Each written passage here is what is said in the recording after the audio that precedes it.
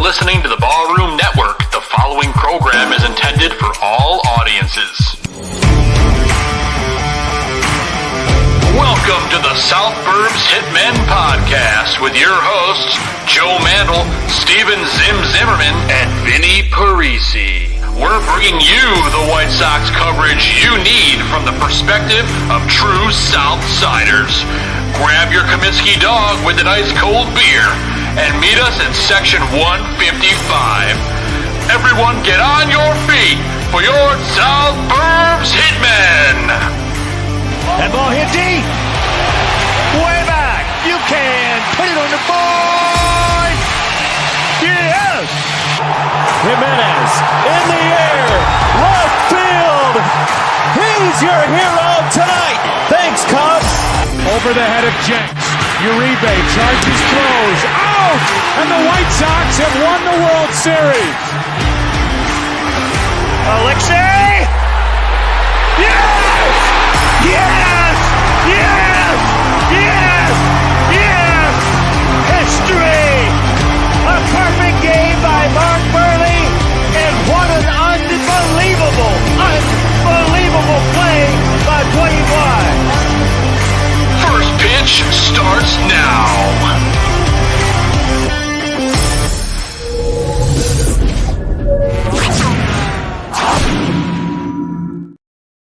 What is going on, everybody, and welcome to another edition of South Burbs Hitmen. Let's get it farted.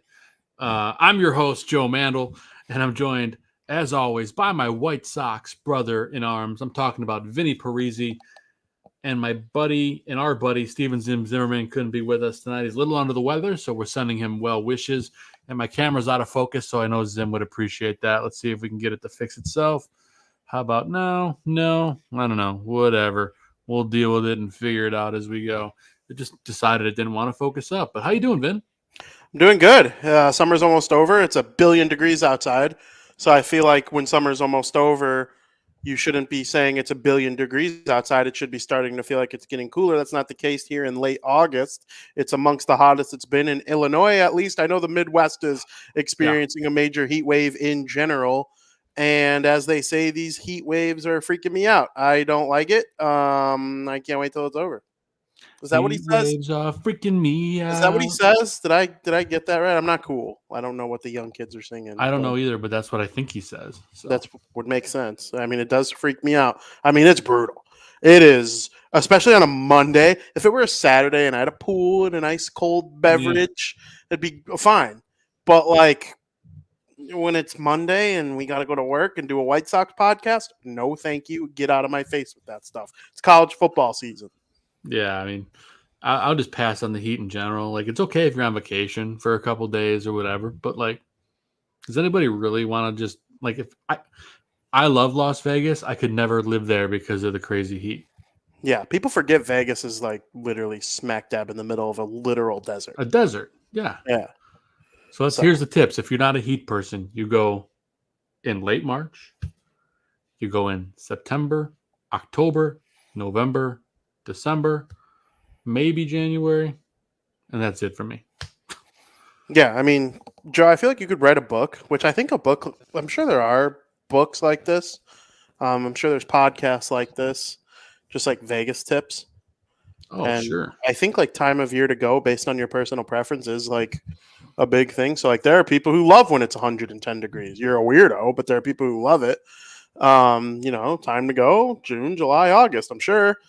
But, some people might like the whole Christmas thing. Do that in Vegas. I'm sure that's fun. You can ice skate. Yeah. I would probably like to do that, honestly. Maybe not on Christmas, but like early December, early January. You like get a around cheap that room time in Vegas on Christmas. Not that I would ever do it, but yeah, you never know. Way later in life, maybe.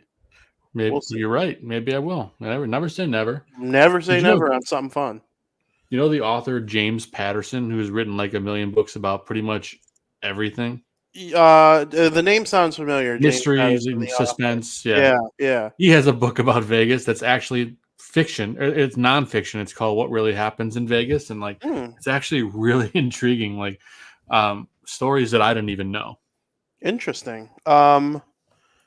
I know there's a book. Isn't there a book, Fear and Loathing in Las Vegas, or is that a movie? There is. It's a book and a movie. Yeah. One of my That's all-time Johnny Depp, favorite. right? Yeah. Yeah, it's Johnny Depp. Benicio del Toro and Tobey Maguire are in it as well. So is Gary Busey. I'm looking it up right now in the movie. One of my all-time favorite bands. They're actually, I was going to mention them in my shout-out portion of the show later today. If that's for a different reason, I'll say why later. But Avenged Sevenfold, they have a song called Bat Country. And Bat Country has a music video that's based on Fear and Loathing in Las Vegas. So No shit. always had a little bit of love for that too. So yeah, Vegas is cool. And now that they have the Golden Knights too, and the Raiders, but like specifically the Golden Knights, it's weird how some towns I think of baseball, some towns I think of hockey, some towns I think of football. Vegas is when it comes to sports, that's hockey. The fact that they have the Golden Knights now too makes it even more attractive to me. You got to put that on your bucket list, Vin. The Golden Knights to stadium, T-Mobile Arena for hockey gets really fired up, man. I'm sure, and there's no sound laws in Las Vegas, loud. which is something that doesn't exist in Chicago or New York or Boston.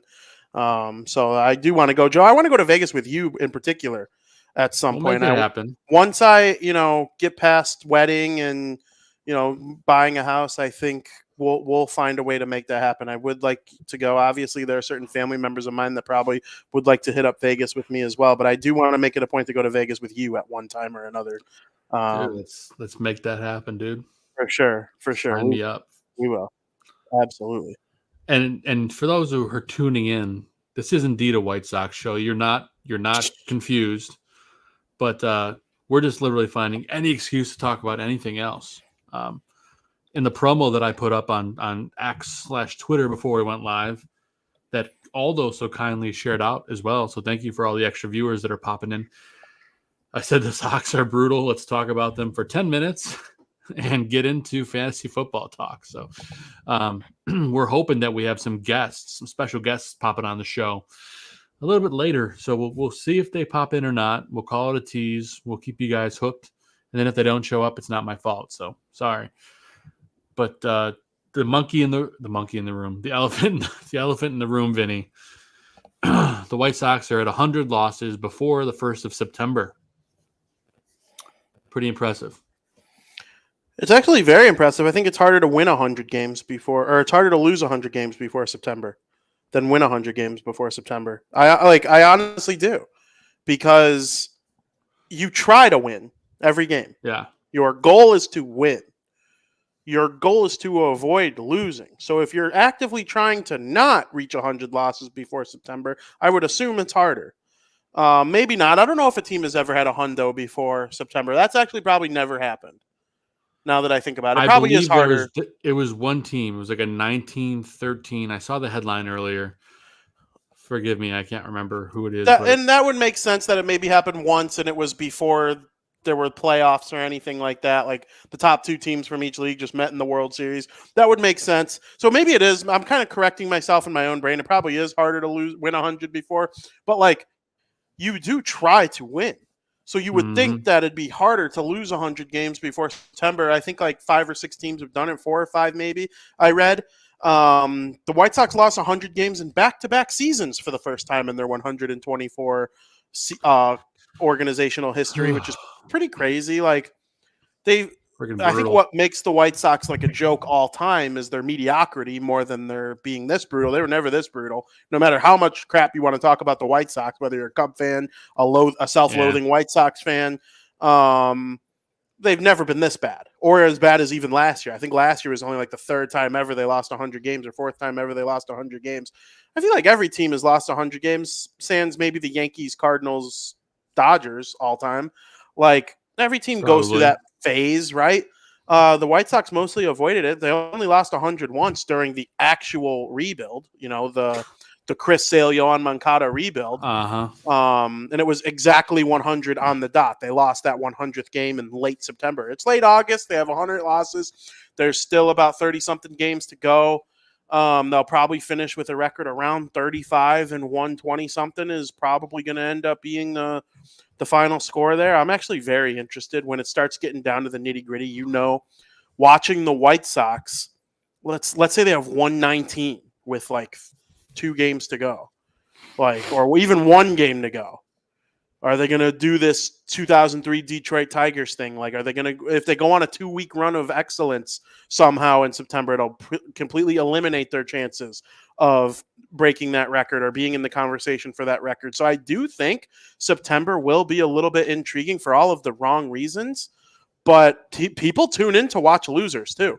There's no doubt about it. Do. Like, I remember, was it 20?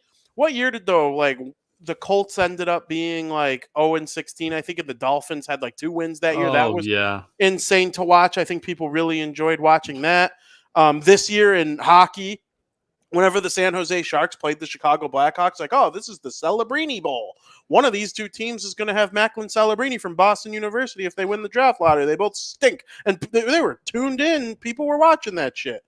And, I think people do enjoy suckiness. I think the late September storylines will be clinching division titles, clinching postseason berths, Aaron Judge's home run chase, Shohei Ohtani's stolen base to home run ratio chase, and the White Sox chase of disaster. And the White Sox doo-doo chase. Those are the 5 big storylines going into ever. Yeah. And do you want them to have that record? No, I don't either.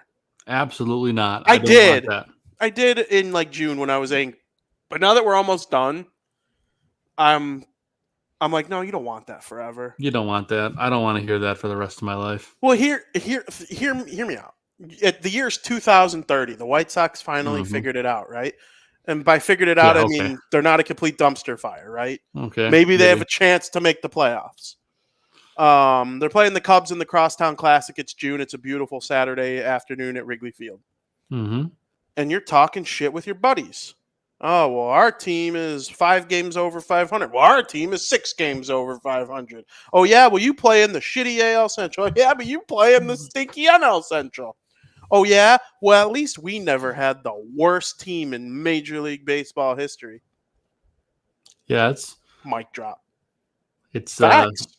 Facts. It's a really, really big bullet in the ammo. So I'd rather not have to hear that for the rest of my life. I'm with you, Vin. Because people are still going to bring up the 2024 White Sox forever.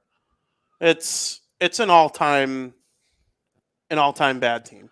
It really, really is. But I got bad news for you, Vin. The White Sox schedule in September is not easy at all. It's no cakewalk. It's certainly not their hardest stretch, but it's certainly not a cakewalk. So they got to take on the Mets, Orioles, Red Sox, Guardians, A's, Angels, Padres, Angels, and to close things out, you get Detroit. There's some okay teams in there. There's some good teams in there. And then there are the trash Angels. Oakland, there's no crap teams. And the Angels are crap too. I think Angels might have a worse record than the especially without. It's been a minute since I've looked. Yeah, it's been a minute since I've looked, but I'm pretty sure the Angels have a worse record than the A's now. They're the second worst team in the AL, or right there with the A's. But okay, so 2 series the whole month are against bad teams. The rest are either against good teams or really good teams. I really think no matter what you said, though, it would have sounded like a hard schedule, considering that at a minimum, the White Sox have 20 fewer wins than every other team they'd be playing. Exactly. So no matter what, the schedule would have sounded daunting. And you're correct about the Angels, by the way. They are the worst team in the West. They are 54-77, but Vinny, they have not lost 100 games. No, and they probably won't. Right? I don't think they will either. I think if you're in the 70s at this point, you're pretty locked. If you have 77 losses at this point, you would need 33 the rest of the way. 23, right? My math is very bad. Yes. I mean, they statistically could. Yeah, they'd have to go 7-23, though. I mean, they'll probably do a little better than that, right? Like the White Sox will probably go 7-23. Yeah, watch the Angels finish at 99. That'd be funny. They'll certainly probably get into the 90s. Mm-hmm. And I think that's the mark of an average bad baseball team. The low 90s, maybe you you touch 100 by the end of this. Kind of like the White Sox last year. They were, 63 and 101? Or 61 and 101 last year, I think was the final count. That was we thought it couldn't get any worse. Yeah, that was a typical bad baseball team, right? Third worst team in White Sox history or some shit like that. Well, not anymore. No mo. We could go another 2 decades before there's a team this bad. Because I'm trying to think. I hope we go longer than that. I'm not even saying the White Sox, just in the MLB. Yeah. Because, I think it's just impossible to be this bad for, a long stretch. We'll see. I have a hard time seeing them not being the worst team ever, Vin. I don't see a lot of hope there. But I hope I'm wrong. I agree, because, Andrew Vaughn and Gavin Sheets will have a big first inning, and then it's 4-0, and then you blink, and it's 7-4 by the 8th inning. That's what it feels like what happened yesterday. It's every game. The offense shows up, and then the pitching gets shelled, or vice versa. It's brutal. Yeah, it is brutal. I don't see them not being the worst team in the league next year as well, but it can't be this bad. I just don't find it in my heart to actually believe they'll have 100 losses by the end of August again next year. Problem is, it's only August 26th. They could have 105 by the end of August. One might call it likely. Yeah, and they had a brutal 10-game stretch. I know because I have family that works at the park. They got a 10-game homestand with no days off. And White Sox team is already cooked. Yeah, and it's hot as crap outside, and some people are still going to the park. Hey, God bless you if you're still that into it. I mean, I'm still into it. I always will be. It's in my blood to keep up with the Sox. But I can't sit here and say that I'm locked into every single pitch as I was even last year, the year before, certainly the year before that. I don't cover them written anymore. Right. But I still do this show, and I take doing this show seriously and showing up to this show with a wealth of knowledge in order to do so. I'm still pretty connected to people, who know things inside the organization. So I don't take that for granted either. I want to have an outlet to write about the White Sox by the start of spring training next year.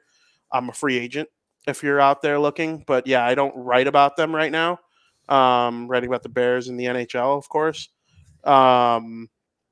But I'm not super motivated to add another job to my plate just for my passion of the White Sox. Right. You know what I mean? I do this show. I show up to this show knowing what they've done and what's going on, just like you and just like Zim. But outside of that, it's hard to just be I don't have it on right now. I really don't care. I get the notifications on my phone. Yeah, same. They were losing 1-0 when the show started. That's all I know. Or they were winning 1-0 when the show started. Excuse me, but it was an unearned run. I wish I felt more motivated. Maybe during the off season they'll do something that excites me, and I'll be like, "All right, who needs a writer? Who needs someone?" USA Today doesn't have an MLB Wire site. So I did try to go down that path, but it doesn't exist. So we'll see what happens. But I do feel we as a trio on this show have mostly done a good job of staying with it as much as we can, with it literally being that brutal. That. Yeah. I mean, we go from when this show was originally created, we were in the window, we were contending, we were in the playoffs, and it was all fired up, and slowly they've gotten worse and worse, and now they're just absolutely garbage. So, it's lovely to talk about them. Every time I tell someone I do a White Sox podcast, and you probably get this too, Vin, everyone kind of gives you the look like, ooh, oh man, what do you talk about? What do you do? Katie has a friend who just recently had a baby. We went to meet it for the first time tonight. And we were like, all right, he's got to go do his podcast. Oh, which podcast you doing tonight? My White Sox one. Everyone in the room. Yeah, it's like they just saw a snake. Yeah, like it almost like offends them. The White Sox. What? Your team's named after an undergarment and they play like it. Oh, I can't believe that you still do a show about the Chicago White Sox. How many wins they got now? They 31-100. It's not even the end of August yet. Dude, I know. I wore my hat today this morning to the store. I had a Sox hat on, whatever. I just changed it up because I've been wearing this Bears hat so much. But I had to put it back on before the show because, the Sox stink. But I'm walking through the store and some old man walks over to me. He's like, still supporting the Sox, huh? I'm like, yeah, they're my team. They stink, though. He goes, I think stink might be an understatement. Yeah, the A's stink. The Angels stink. You can even go as far to say, like, the Cubs stink. The White Sox, they stink. And at least I was there. My local Meijer, Vin, they have buy one, get one half off on Bears apparel. Mm. So they had a Caleb Williams player shirt, jersey shirt, and another Bears shirt. I'm like, okay, sign me up. So I showed the guy. I'm like, at least this team's exciting. He gave me the finger guns. He's like, oh yeah. Back in my day, the White Sox used to be good. They spent money on free agents like Albert Bell. That's crazy to think about. Albert Bell was like a high-ticket free agent, and the White Sox got him. Oh, yeah. Thinking about what that team was in the 90s, they were like a high-profile MLB team. They were right there with the Cubs and the Cardinals and the Yankees. I strongly believe that the Major League Baseball strike cost the White Sox a World Series. Oh, 94? My soul. Yeah. It's hard to argue. I mean, I can't remember if Bell was on that team or not, but I think he was not. I think it was before him, right? Yeah, I mean, we're talking Ray Durham, Frank Thomas, Ozzie Guillen, Robin Ventura. I mean, the team was sick. Frank would have been MVP that year for sure. Yes. He was. I think they did award him MVP. I think they did hand out awards. Did they? Even though there was no World Series champion. I'm dating myself. I don't know. It's the year I was born, so I don't remember it at all. What year were you born, Vinny? I was born in 94. So it was before I was born because I was born that following December. That's right. And then the Devils won the Stanley Cup that spring. So if the White Sox would have been allowed to carry out that season and potentially win the World Series, the White Sox would have won the World Series and the Devils would have won the Stanley Cup the season I was born. You're just all kinds of magic, Finn. Yeah, they've basically given me this since then. They're just absolutely fisting you in the worst way possible. Mm-hmm. Just like the start of the show. Speaking of magic, I have word that one of our guests is on their way. So Ooh! we will be having a guest tonight, and we will be doing a complete burnout. So we're gonna get in like a Mustang, Vinny, and you and I are just gonna burn rubber and just pull away and forget about the White Sox. I'm even gonna change the background when the time comes. But a little spoiler alert and there's a lot more people tuning in now. So thank you, by the way. We're going to stop talking about the White Sox, and we're going to talk fantasy football. Very good. As you guys all know, there is a fantasy show here on the network that is also hosted by me amongst many other people. And guess what, Vin? We're going to have at least one of those co-hosts on this show tonight. And this Saturday, that's right. You know about this because you're on it, I think. I'm not sure if you'll be live or not, but we're going to use the first of many promos for this evening. This upcoming Saturday night, 7:45 Central Time, 8:45 Eastern. It's the Ballroom Network Fantasy Draft Show. That's right. Vinny has a team. Zim has a team. I have a team. My co-hosts on Fantasy Football Goon all have a team. And we're going to be drafting live here on this network. You can watch all of our picks. You can watch all of our trash talk. The barkeeper, all those going to be there. The Barfly Tailgate Show guys, Ross Reed. It's Frankie Mueller's going to be there, I think, maybe. I don't know. He's in the draft. He's in the draft. Is he making the show? We're bringing Bar Down back on Friday, so I don't know. Maybe we'll have to talk to him. I put a feeler out in the Barroom Network chat in Sleeper. And this is, by the way, if any network hosts that are in the league are watching this, put your notifications on in Sleeper. Somebody's got to respond to me besides Zim. Come on. I got to do that. No, I know. I got to do that. I will. I have to get my drafts in order. Maybe I'll do that after the show or maybe sometime tomorrow because I have to get all my drafts in order and when they're happening. Saturday, I'll weekend. It's all of them are this weekend, either Saturday, Sunday, or Monday. With obviously Monday being Labor Day itself. And then following Thursday, the Kansas City Chiefs will raise their second straight Super Bowl banner against Lamar Jackson and the Baltimore Ravens. So you're really kind of running out of time. That's it. I have the NIU tailgate during the day on Saturday, so I'm going to try my best to at least pop in for a couple minutes. I got to get my TV ready because watching Georgia versus Clemson from NIU's parking lot will arguably be just as fun as watching the actual NIU Huskies football game inside the stadium. So, big college football weekend. Your boy is jacked. It's going to be good stuff. It's going to be real good stuff. And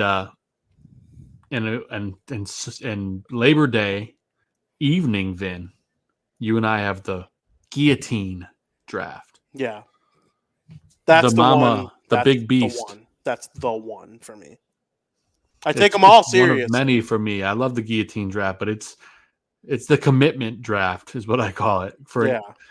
So for I'm going to change the background now. Fuck it. And I swear I don't care. We're going to swear on this show. I usually say I don't swear, but this team makes me want to swear. So fuck it. Also, what kids are watching at 8:30 at Monday? I don't know.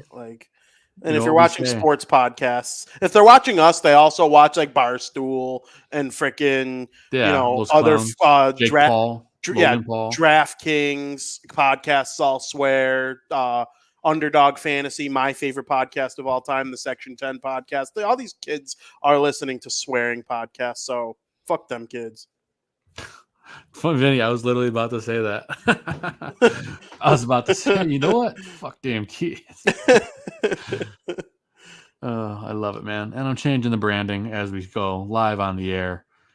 This is the branding we use for Fantasy Football Goon. I'm going to use this time. Follow us at FFB Goon. Go on Facebook at Fantasy Football Goon. We do a show all year long, every Sunday up to kickoff. We get you ready, answer all your questions. Just do it. You won't regret it. Joe, maybe we could plan a week where I pop on Fantasy Football Goon on a Sunday. Of course we can. I don't have to crash the party week 1, but maybe week 2, 3, 4, something like that. I'd like to pop in and discuss some fantasy football with you guys on the old Fantasy Football Goon. I can wake up earlier than 11:55 on a football Sunday. No, I'm totally kidding. I used to do that. I would wake up at 11:55 on Sunday and just go probably take less than 300 steps in the whole day. That'll be me on September 8th, but I'm sorry. Yeah. Wait, what's that for? Yeah, the 8th. That's Sunday. Yeah. Week 1, I might like extra lock. I mean, I lock in every weekend, but I feel like week 1 you got to like extra lock in, as if it's almost like the playoffs. But I'm super stoked. I cannot wait. I'm so excited. We are stoked. Are you on college football, Joe? Am I on it? Are you into it? Are you involved? I never had a team because I went to college. I don't have a team either, other than NIU. I never got into college football until I moved out here, and my in-laws are Notre Dame fans, so I kind of inherently became Notre Dame fan. Cool. I enjoy it more than I used to. I will not say that I'm a diehard. Got it. So I have NIU season tickets, and obviously they're a D1 school, but they're in the group of 5. They're not a Power 5. So, that's my team, NIU, go Huskies, roll Dogs all day long, whatever you want to say. But as far as on the national scale, rooting for the college football playoff and all that, I don't have a team. I none of those teams. I just root for the SEC as a whole, as you could see by my hat.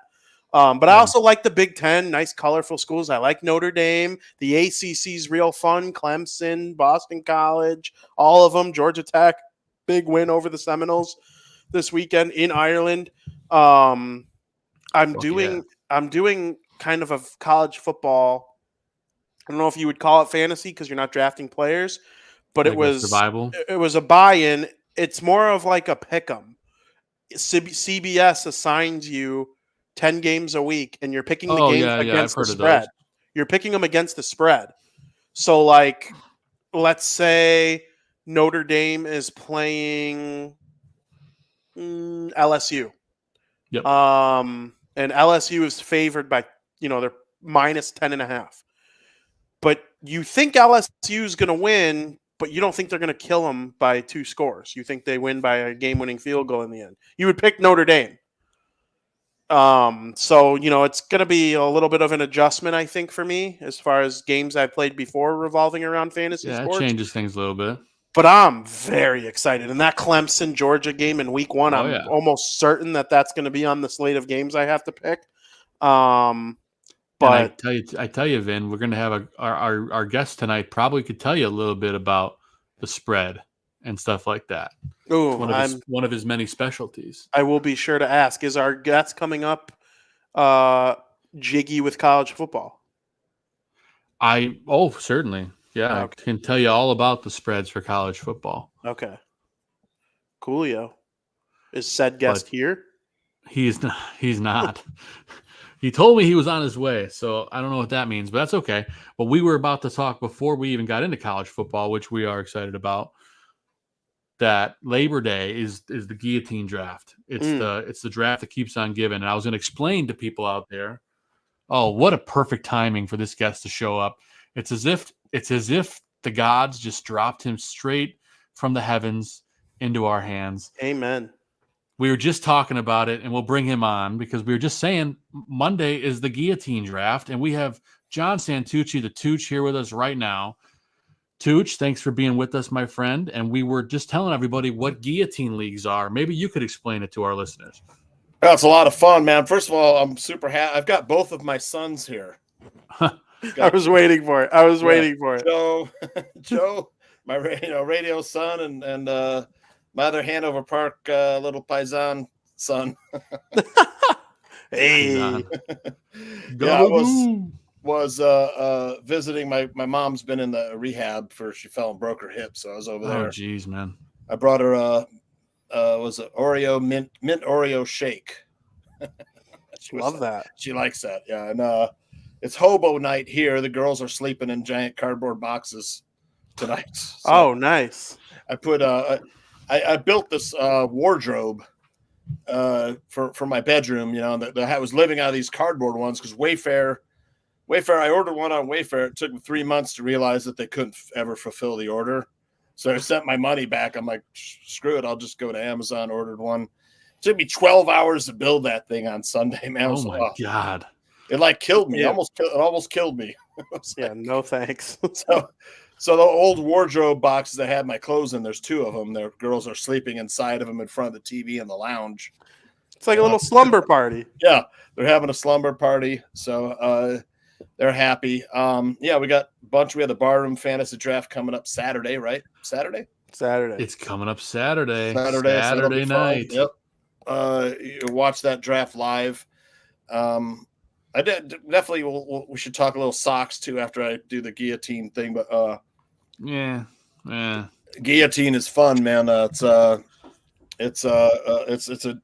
like a Frankenstein mashup for guillotine. They invented by Paul Charchian, who has a podcast. I forget the name of his podcast, but it's got a funny name. It's called it's Chopped. It's the Guillotine League podcast. Is it? Okay. He had another one before that. I don't remember what it was, but and then he sold the Guillotine League to Matthew Berry. Yeah, big. He wrote that. What was the book that Matthew Berry wrote? Which is like Fantasy Life. Fantasy Life, which is fantastic. Required reading for everybody before football season. I'm gonna have to check it out. If you've not read it, it's probably my favorite book. Talks about how great fantasy is for the workplace, camaraderie, brotherhood, all that stuff. So highly recommend. Yeah, I liken Guillotine to like the Wild West So it's an 18-team league. So after about the fifth every round, week of the season, yeah, there's no players left. So after every team sucks right away. Yeah. I mean, yeah, really, it's like after the third round, there's nobody good. You're kind of like throwing darts, but a lot of fun. If you're the low scorer, you play against the field. If you're the low man on the totem pole, the low scorer that week, you're out for good. The rest of the year, and all of your players go to the waiver wire, and then it's like an auction draft then where you have money and you can bid on the players from the you feast on the corpse of the team that lost. I always tell people you have $1,000 fake dollars to spend on the new waiver wire that exists from the players that were chopped the week before. And you blind bid against your competitors. Yeah. Lead off double for the Tigers here, Spencer Torkelson, who I just saw play when I was at the Iowa Cubs game recently. August 3rd. He was down in the farm system of the Twins. No, sorry, it was the Tigers earlier. Sorry, it was earlier this year. He was down in June. And he was I forget what the farm system was for the Tigers, but he was down there on a rehab assignment, played against Iowa Cubs, and then leadoff double. He just doubled. The Sox are brutal. Former number one pick in the draft. Former number one. Yep. Before we move on, another word. Mm-hmm. Can you say something nice about me as a hitter growing up? Oh my God. I'll tell the story when Vinnie was about a couple years older than my son. What are you, 27 or 28 now? I'm 29. 29. Okay. My brother's 27. Who was we were roughly playing around the same league around the same time. You guys were like in the seniors league or top league. I forgot what the top league was. I can't remember what it was called. I think it was called Big League. Big League. Big leagues. Mm-hmm. And my son was probably playing like seniors or juniors, and I was coaching. And I'll never forget my times coaching the Hanover Park. It was a lot of fun. My favorite of my life. My favorite of my youth. It was a great gang. Not only just the parents, but the kids also. I coached some amazing athletes. Josh Dressler and Anthony Figueroa, two of the greatest athletes I've ever coached. Sorry, Nate Figueroa. Anthony. Nathan Figueroa. And, he had a brother Josh too. Dressler. Yeah. And Ivan, what was Ivan? Ivan Guerrero, excellent player too. And Hugo Jimenez. Those four players I had on a team one year were just amazing. And those guys, a couple of those guys could spin it 80 miles plus, And one day I was walking up with my son, and man, somebody cracked one. Must have been a mile long. Skyfly. I was like, "Who the hell is that?" And the head of the it was either Steve Mancini or Dan Morgan, who were the kind of the de facto vice president of the league. Oh, that's one of the Parisi brothers, but it was Vinny. I don't think Joey hit it as far as you, but man. Joe, it was like towering blast to center field. He became a beast at playing first base. He got better than me at being a defender at first base. Nothing really got by him. Shortstops would bury one into the dirt and he'd scoop it like it was, attached to his mitt on a string. That's where I made my money, was hitting for sure. Yep. I had one guy, Ezekiel, what was Zeke's last name? I can't remember Zeke's last name. Ezekiel. No.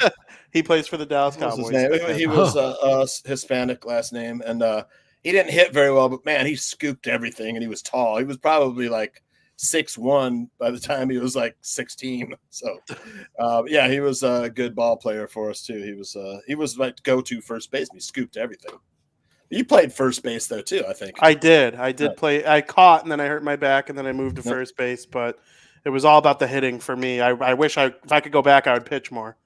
Yeah, because I love pitching now as an adult. But back then, it was all about me and my bat. I didn't even care if I played the field. I played first base because I couldn't F up any other position. That's why I played first. Yeah, my son ended up there too. It was first and third. Yeah. Joe, sorry to take over our fantasy football chat. I just wanted to hear him, part of Little League talk. Wanted to hear him say something nice about. I think you had. Didn't you have Dan Morgan on the show one time for hockey? I have not. I would love to though. If he's into hockey, I'll have anyone who's into hockey. He still plays hockey. He's got to be like close to 50. You know, Isn't it Dan Morgan It's not Field that now? yeah, I think it is, isn't it? Dan Morgan That's Field great. now. Yeah, That's great guy. I funny. still talk to him and Lisa once in a while, trying to get him to come out here. You know, it's hot as hell in Iowa. Man, it's like 97 here today. Hey, Humid. it's shit. hot as shit here too. I think Brutal. today we got up to 96 Yeah, was the high today in good old Illinois. 97. Tomorrow heat index of 105. We'll see. Brutal. Yeah. I think our high is 99, so we're teetering too. That Yeah, sucks, it's hot. man. Speaking of hot, we left the ice cold White Sox behind, and before you came on, Tooch, we said we weren't going to say another word about them the rest of the night, Well, why and not? we're going to because they're brutally terrible, and 31 and 100. because I mean- we've had enough of them. I mean, the management has refused to kind of blow the whole thing up. You know, they hang on to players far too long.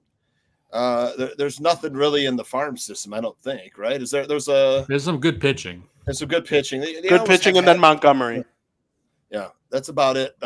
Some of the play. I mean, they should have traded Lewis Robert, but He sucks. weren't able- No one wanted They him. didn't get anything. Nobody wanted him. nobody wanted him. Yep.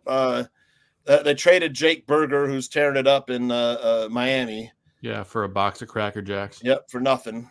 But you know, I have fond memories of growing up a White Sox fan. And Yeah, so do we. I used to What go. I used to go to Old Comiskey when I was a little kid. My uncle Mike worked security. He was a Chicago cop, and I used to go and walk from their apartment in Bridgeport, right across the park, to the game. And then after the game, my uncle Mike would take me to the where the players came out of the locker room, you know, and I'd get all their autographs. I don't know if do you remember Terry Forster? You probably don't remember him. He used to be on the Letterman show all the time because Letterman called him a fat guy. You know, he was a pitcher. He gave me a baseball to sign and stuff. Wilbur Wood was another player back then. Had his kneecap shattered by a line drive during the game. And they had the players that time. I love Claudell Washington, man. He's a slugger. Played center field. And then Chet Lemon and Ralph Garr. That was the outfield. That was a killer outfield. There's a lot of speed. Is that going to be your fantasy team this year? All those guys? That was a good times, man. This was like probably 1978, 77, 78 when I would go there. Yeah. My dad took me and my friend Brian Patke from he lived like 3 houses down from us. Both of them went, and he was like in heaven too. He's like got to go out. Wait, players all came out of the locker room. They were like, "Hey kid, come here," and we signed that ball. You know, it was great. It was like a dream come true. You know, I was probably 10 maybe. Well, speaking of dreams come true, Yeah. you coming on the show tonight, Tooch. We get to talk. Yeah, we got Papa fantasy Bear? From No Papa Bear tonight. Papa Bear texts us he can't make it. He was going to be a special guest. Broke his middle finger, right, or something. I did something, but Yeah. he's okay. He's got to do. He had to get to pick up his daughter or something. But no worries. We figure we might as well have one of or both of you on. We tried to have both, but it worked out just fine. Yeah. But we get to I'm a talk busy fantasy. boy. I'm everywhere.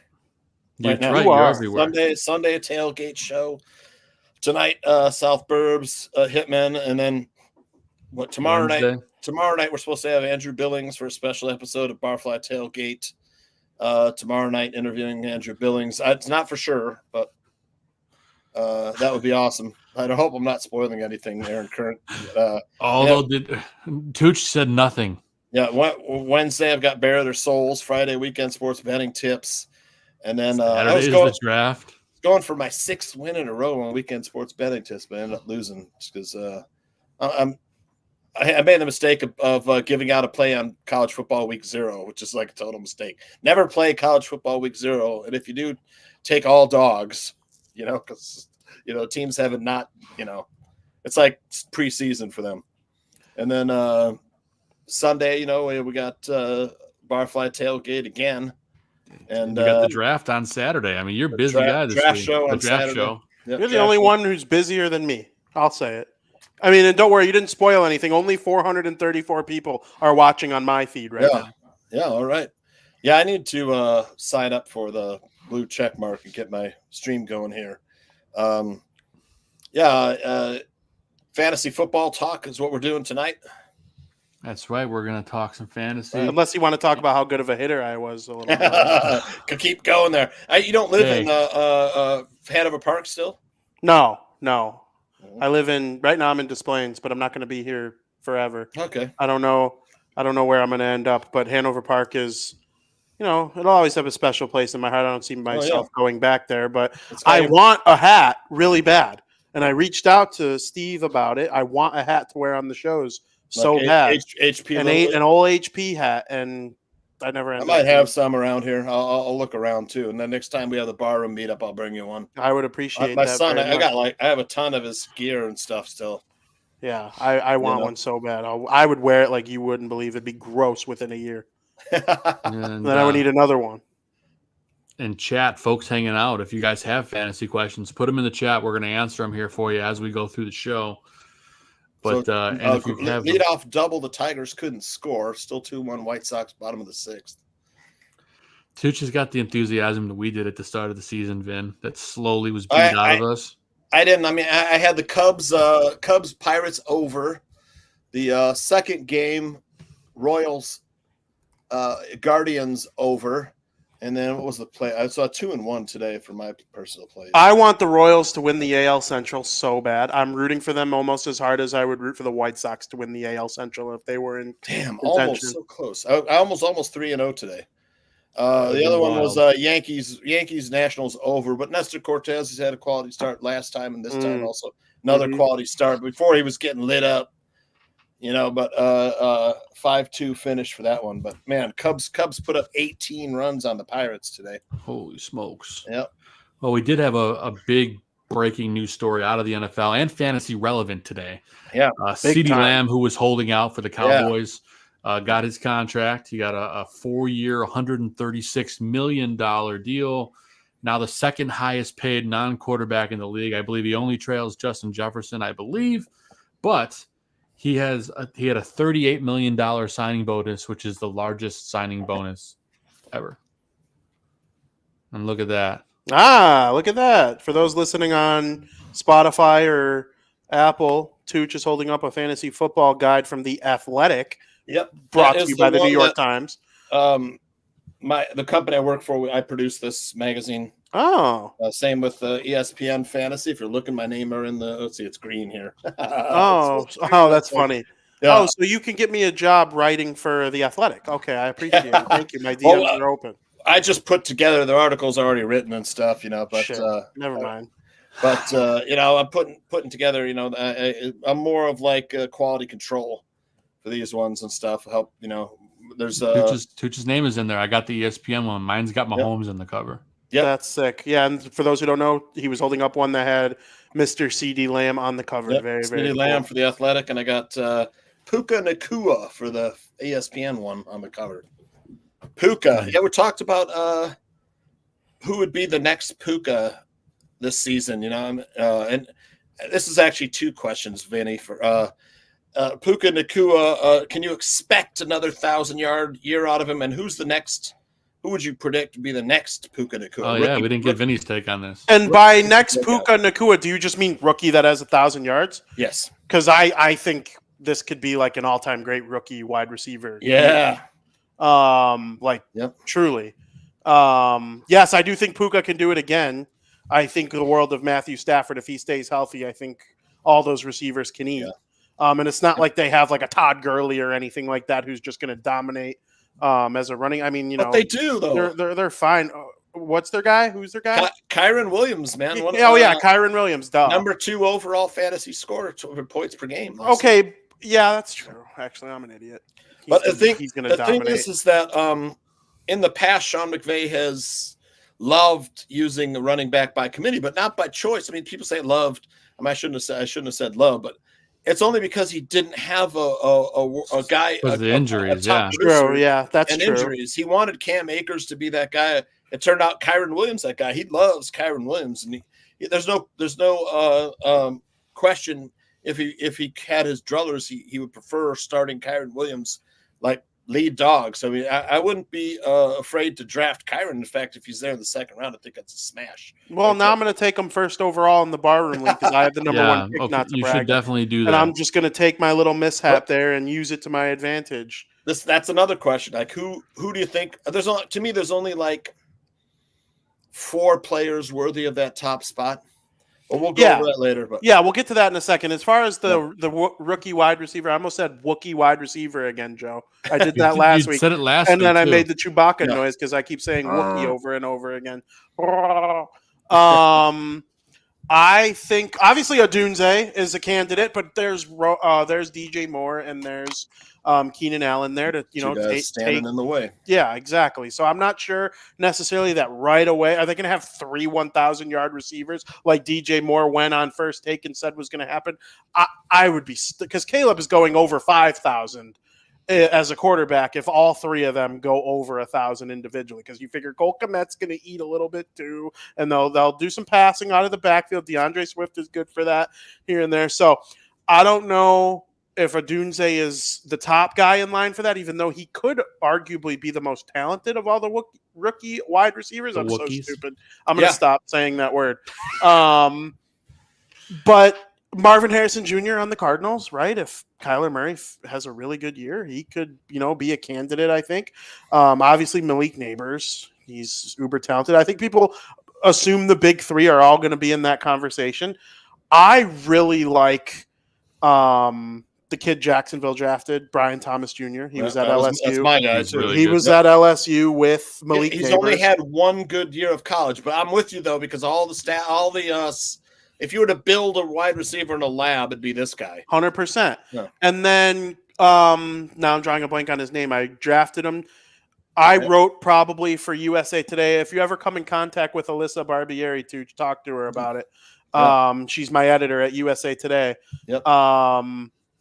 I drafted him to the Chiefs 100 times every Wednesday. Maybe Worthy? Yeah, Worthy. I changed it up week after week. This team's drafting this guy. The only thing I never changed week after week was Worthy going 32nd overall to the Kansas City Chiefs, and he ended up going there. I felt so proud and so smart when they ended up drafting him. I think he's a candidate too. I know they signed Juju Smith-Schuster today, but it's just like, I don't know. He's so fast, and if he could just not be one of those butterfinger fast guys, I think Mahomes is going to take advantage of that speed the way we saw with Tyreek Hill. I'm not calling Xavier Worthy Tyreek Hill. Please, I might take him first overall. Like, he's special.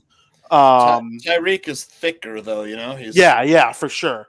Tyreek Hill, I mean, it's a bad comparison for a lot of reasons, but no, it's not. Because he's a unicorn, though. Tyreek Hill's a unicorn. He's built like a machine, and he's fast as hell. They tried to draft another Tyreek Hill, 32nd overall. Yeah, and they needed that component.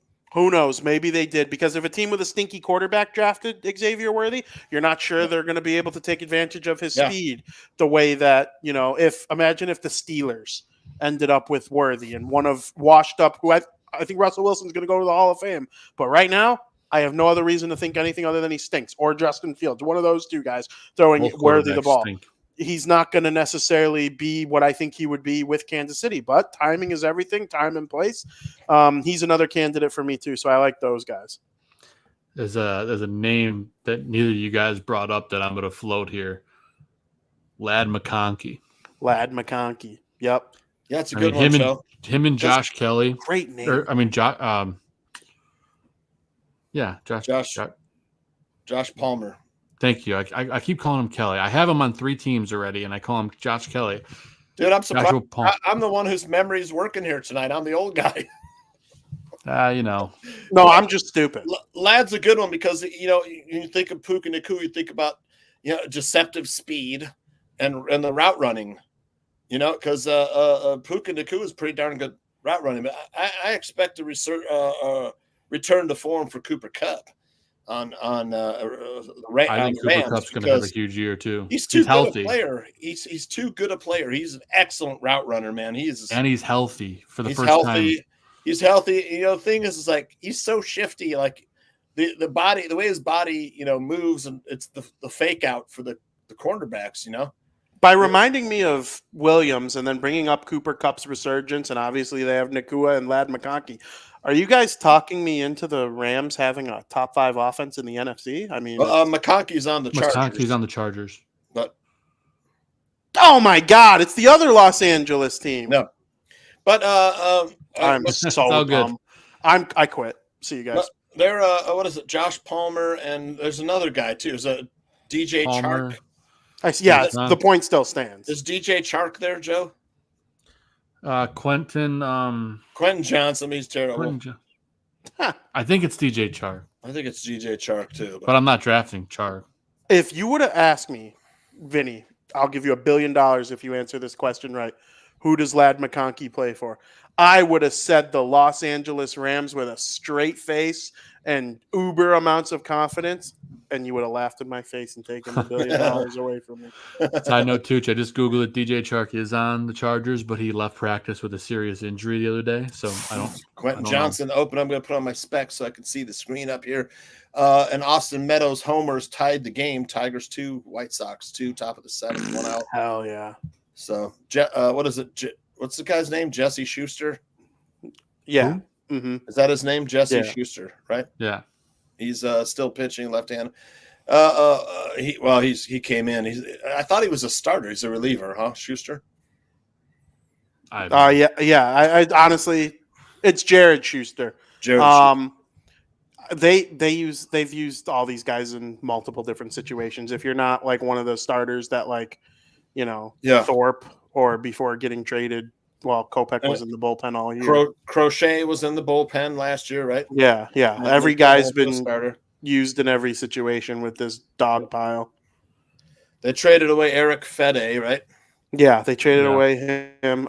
Schuster's only made 2 starts this season, and he's pitched in 35 innings. Cannon is another starter, right? Cannon? Mm-hmm. Jonathan Cannon. And so you guys were any potential there with Cannon? I used to think so. Garrett Crochet, I mean, obviously his first year as a starter, he's not used to throwing that many pitches, but had a great first half of the season. He's been hittable second half.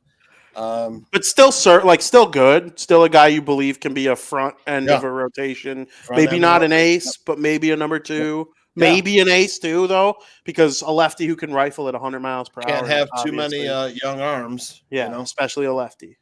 So, first and third for the Tigers, 1 out now. That's going to be this rest of this fantasy football conversation is just us rattling off shit about fantasy football and then something happening in the White Sox-Tigers game and that derailing it to talk about baseball. That's exactly what I was thinking. White Sox fan Josh or something like that. I forget the X account. Do you know that account? White Sox fan Jake. Oh, Mike. White Sox fan Mike. Yeah. Shy Sox fan Mike. Shy Sox fan Mike. It's like that guy. He's always angry at the White Sox. Yeah, he's like he's like a younger kid too. He's like I'm pretty sure he's like 24, 25 years old. Built himself a nice Twitter following. He's got double what I got, so good for him. Yep. Yeah. Now it's 3-2. Another single there by I forget who it was there. I'll transition it back to fantasy because I've had enough of the White Sox. You guys were talking Joe's about going to get pissed every time. Josh Young. The Tigers are hot. They're one of the hottest teams the second half here, man. Put together quite in August. They're almost back up to 500. Yeah. Joe left because he's sick and tired. He's sick and tired of talking about the White Sox. Bring it back to football. It's all good. But no, you guys were talking about Cooper Kupp. I had to laugh because I'm feeling good about him too. And I had a league where how can you not? I mean, he's done it recently. I had a league yesterday where I drafted from the 6th spot in a 10-man, and CeeDee Lamb fell to me, and on the wraparound I took Cooper Kupp. I'm picking 6th in Barroom. I think now that CD signed his contract, he's probably not falling to 6, but I couldn't believe he fell to 6 to me yesterday. Do you guys think it's crazy though? Like CeeDee Lamb's amazing. How could they pass on him? You still take him. It's like a contract's getting worked out. He's amazing, but is he $7 million better than DJ Moore? I mean, DJ Moore is pretty damn good, but I think it's because of his CeeDee Lamb is. I mean, Tyreek, CD, and Justin Jefferson, those are the top 3 wide receivers in the NFL, no question. Yeah, for sure. And I think Jamar Chase can get himself in that conversation. Yeah. I mean, yes, because Jamar Chase is so talented. I loved him coming out of LSU, but injury problems, not just for him, but for Joe Burrow, have kind of put him to the second tier. For sure. Joe Cool is healthy by all accounts. And what are you guys' thoughts on the Bengals offense this year? I think they're going to slam. I like the Bengals to win this division. Two quarterbacks have beaten Patrick Mahomes in the playoffs: Tom Brady and Joe Burrow. Yeah. Yep. I think Jamar Chase is seeing all these contracts, and he's probably just looking at his agent like this. Yeah. Where's my money? Yeah. For sure. Mr. Shorty. Haven't seen him in the chat in a long time. Mr. Scrody. Mr. My buddy. I love him. Danny, those guys are funny at the Bears Country podcast. Absolutely. And, I was on there one time. I did. Yeah, me too. One time. I got to do it again. Actually, we hijacked the show. Nomad asked. I got to contact Nomad. I totally forgot.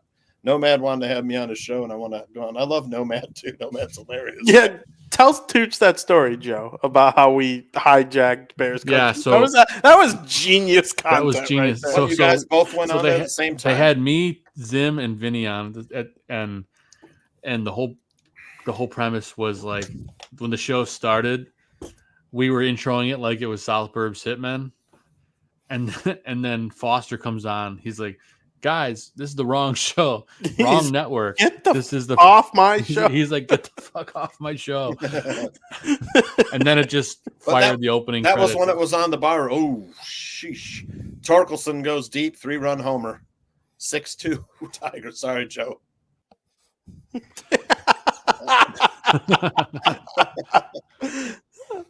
Didn't Torkelson just bat?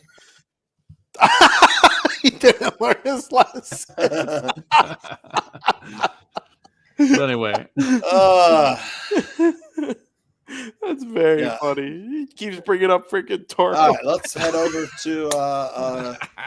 Well, I was hoping we'd talk a little White Sox. There's just no. We can. No, there's no. Joe's got his Joe's got his undies in a bunch because he's still pissed that they're 31. There's no point. About to be 70 games under 500 after they lose tonight. Yeah. So we'll hit up fantasy football talk. It's right here. Everyone's doing that. A bunch of people had their drafts this weekend. I don't know. Did Vinny have any drafts? I know Joe did. I have not. I have 4, including the Guillotine League this week. Right.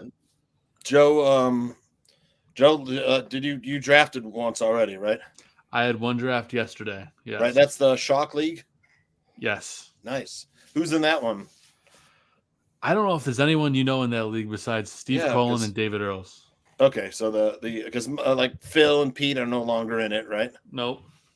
Okay, and then no Nate. Nope.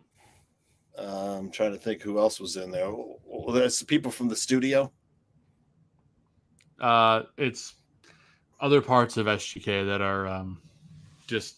It's a bigger company now, and it's people you have not worked with. It's coast to coast. SGK still called SGK? It is SGK, yes. Okay. Right. And there's where's the office now? They still got the studio over on Walnut? They do. And they are also in Civic Opera House all over coast to coast. So yeah. No more they used to have River Road Des Plaines. I don't think that's there anymore. That's gone. Yeah, what was the name of the dudes that were in the fantasy league at the studio at Walnut? They were pretty good fantasy players. They were. We had a lot of good guys. Yeah. But no more Greg Johnson. Is he still there? Greg's there. Yeah. Oh, I love Greg. Next time, if you ever see Greg, tell him I said hi. I sure will. Yeah. The mayor says hello. Nice. I wonder what pub is he at? Yeah, let us know what pub you're at, He's Shorty. talking about Al's Pizza. It's in Warrenville. You guys know Al's Pizza, Warrenville? Yeah, I've heard of it. Yeah. That's the best pizza in Western Suburbs. Being a Naperville boy myself, we used to go. That was a spot, but it's always cash only. That was like, you couldn't use your credit card, but they had a bar attached. It was a really nice bar attached to it. You know what else is cash only? The Barroom Network Fantasy Draft on Saturday night on the Barroom Network. That's always a fun time, man. You got so it's a 12-man league, so you got 12 people on the screen. You know, we're gonna promo the hell out of it because it's gonna be fun. You guys are gonna catch some good content. You can watch us all draft. We all have teams. Yep. Going into the sleeper app right now, so I can tell you everyone that's in the league because I can't remember off the top of my head. Ryan Kirkland Billings, Aaron Current, me and Joe. Yep. Vinny, So, Frankie and Vinny, right? Yep. You got Zim, you got Ross Reed, Adam Schaum, of course, Aldo. Yep, Aldo. You got the Tooch, you got Frankie Mueller, Gaines, the Gaines report. The Gaines report, nice. Vinny. Laro, yep. And then you got Ryan Kirkland Billings. So 12 guys. It's going to be fun. Nice. Yep. No Danny Shimon? No Danny Shimon. Danny Shimon was always good. He's a good drafter in fantasy. He wanted out. Yeah, he wanted out. But and he always had good commentary on the show. You know, we did the draft show. He had great commentary. Riverside Pub, Route 64, West Chicago. All right. But so Vinny, you have the first pick, right? Yes. Yeah. Who's to me, there's only 4 guys worthy of that top pick. Are they? Let's see if Joe and you guys and Vinny know. I would hope I know by now. I would assume that you're thinking, obviously, Christian McCaffrey. Yep. That's one of them. It sounds to me like you might think CeeDee Lamb is worthy of being that number 1 overall pick. Yep. Yes. I do. Yep. I think last year and the year before, Justin Jefferson was worth that pick, but do you feel that way this year? I don't. Almost. I almost do. I'm almost too, but I don't because of the quarterback situation. I'm not. I will not be selecting Justin Jefferson first overall. I would take him in the first round. Oh yeah, definitely. But I don't believe I will be taking him with the first overall pick. Yep. How about the guy I'm leaning towards? And I'm totally comfortable saying who I'm leaning towards. Full disclosure, I may flip last minute. Mm-hmm. So what I'm saying now is not final. But I like Bijan Robinson. Is he one of them? He's not, but I could see him leading the league. I just want to see it first. Too much risk for a first pick for me. I understand that, Joe. Do you remember when I told you last year I would have did it and he was a rookie? Yeah. And I wasn't fully right, but and then they didn't use him. Yeah. And Tyler Allgeier gets way too much action because Tyler Allgeier is also a pretty damn good player. But we got 2 so far. I still have 2 more in mind. You have CeeDee Lamb, Christian McCaffrey. Yep. You didn't say Jefferson's a no. Well, he's almost there, but no. He's almost there, but no. You talked about him recently on the show. I did? Yes. Jamar Chase? No. Because Jamar Chase, wasn't he like top 2 last year? You said he was a unicorn, Vin. Yep. A unicorn. There's Tyreek Hill. Duh. Yeah, of course. That's one of them. That's one of the Tyreek Hill is a unicorn because he's freaking last one. Him and he's not as thick as Gronk, but like Gronk was fast, matchup nightmare. Yeah. And could catch. Tyreek Hill is that too. Just way faster. Mm-hmm. My 4th guy. Is it a receiver or a running back? A running back. It's a running back.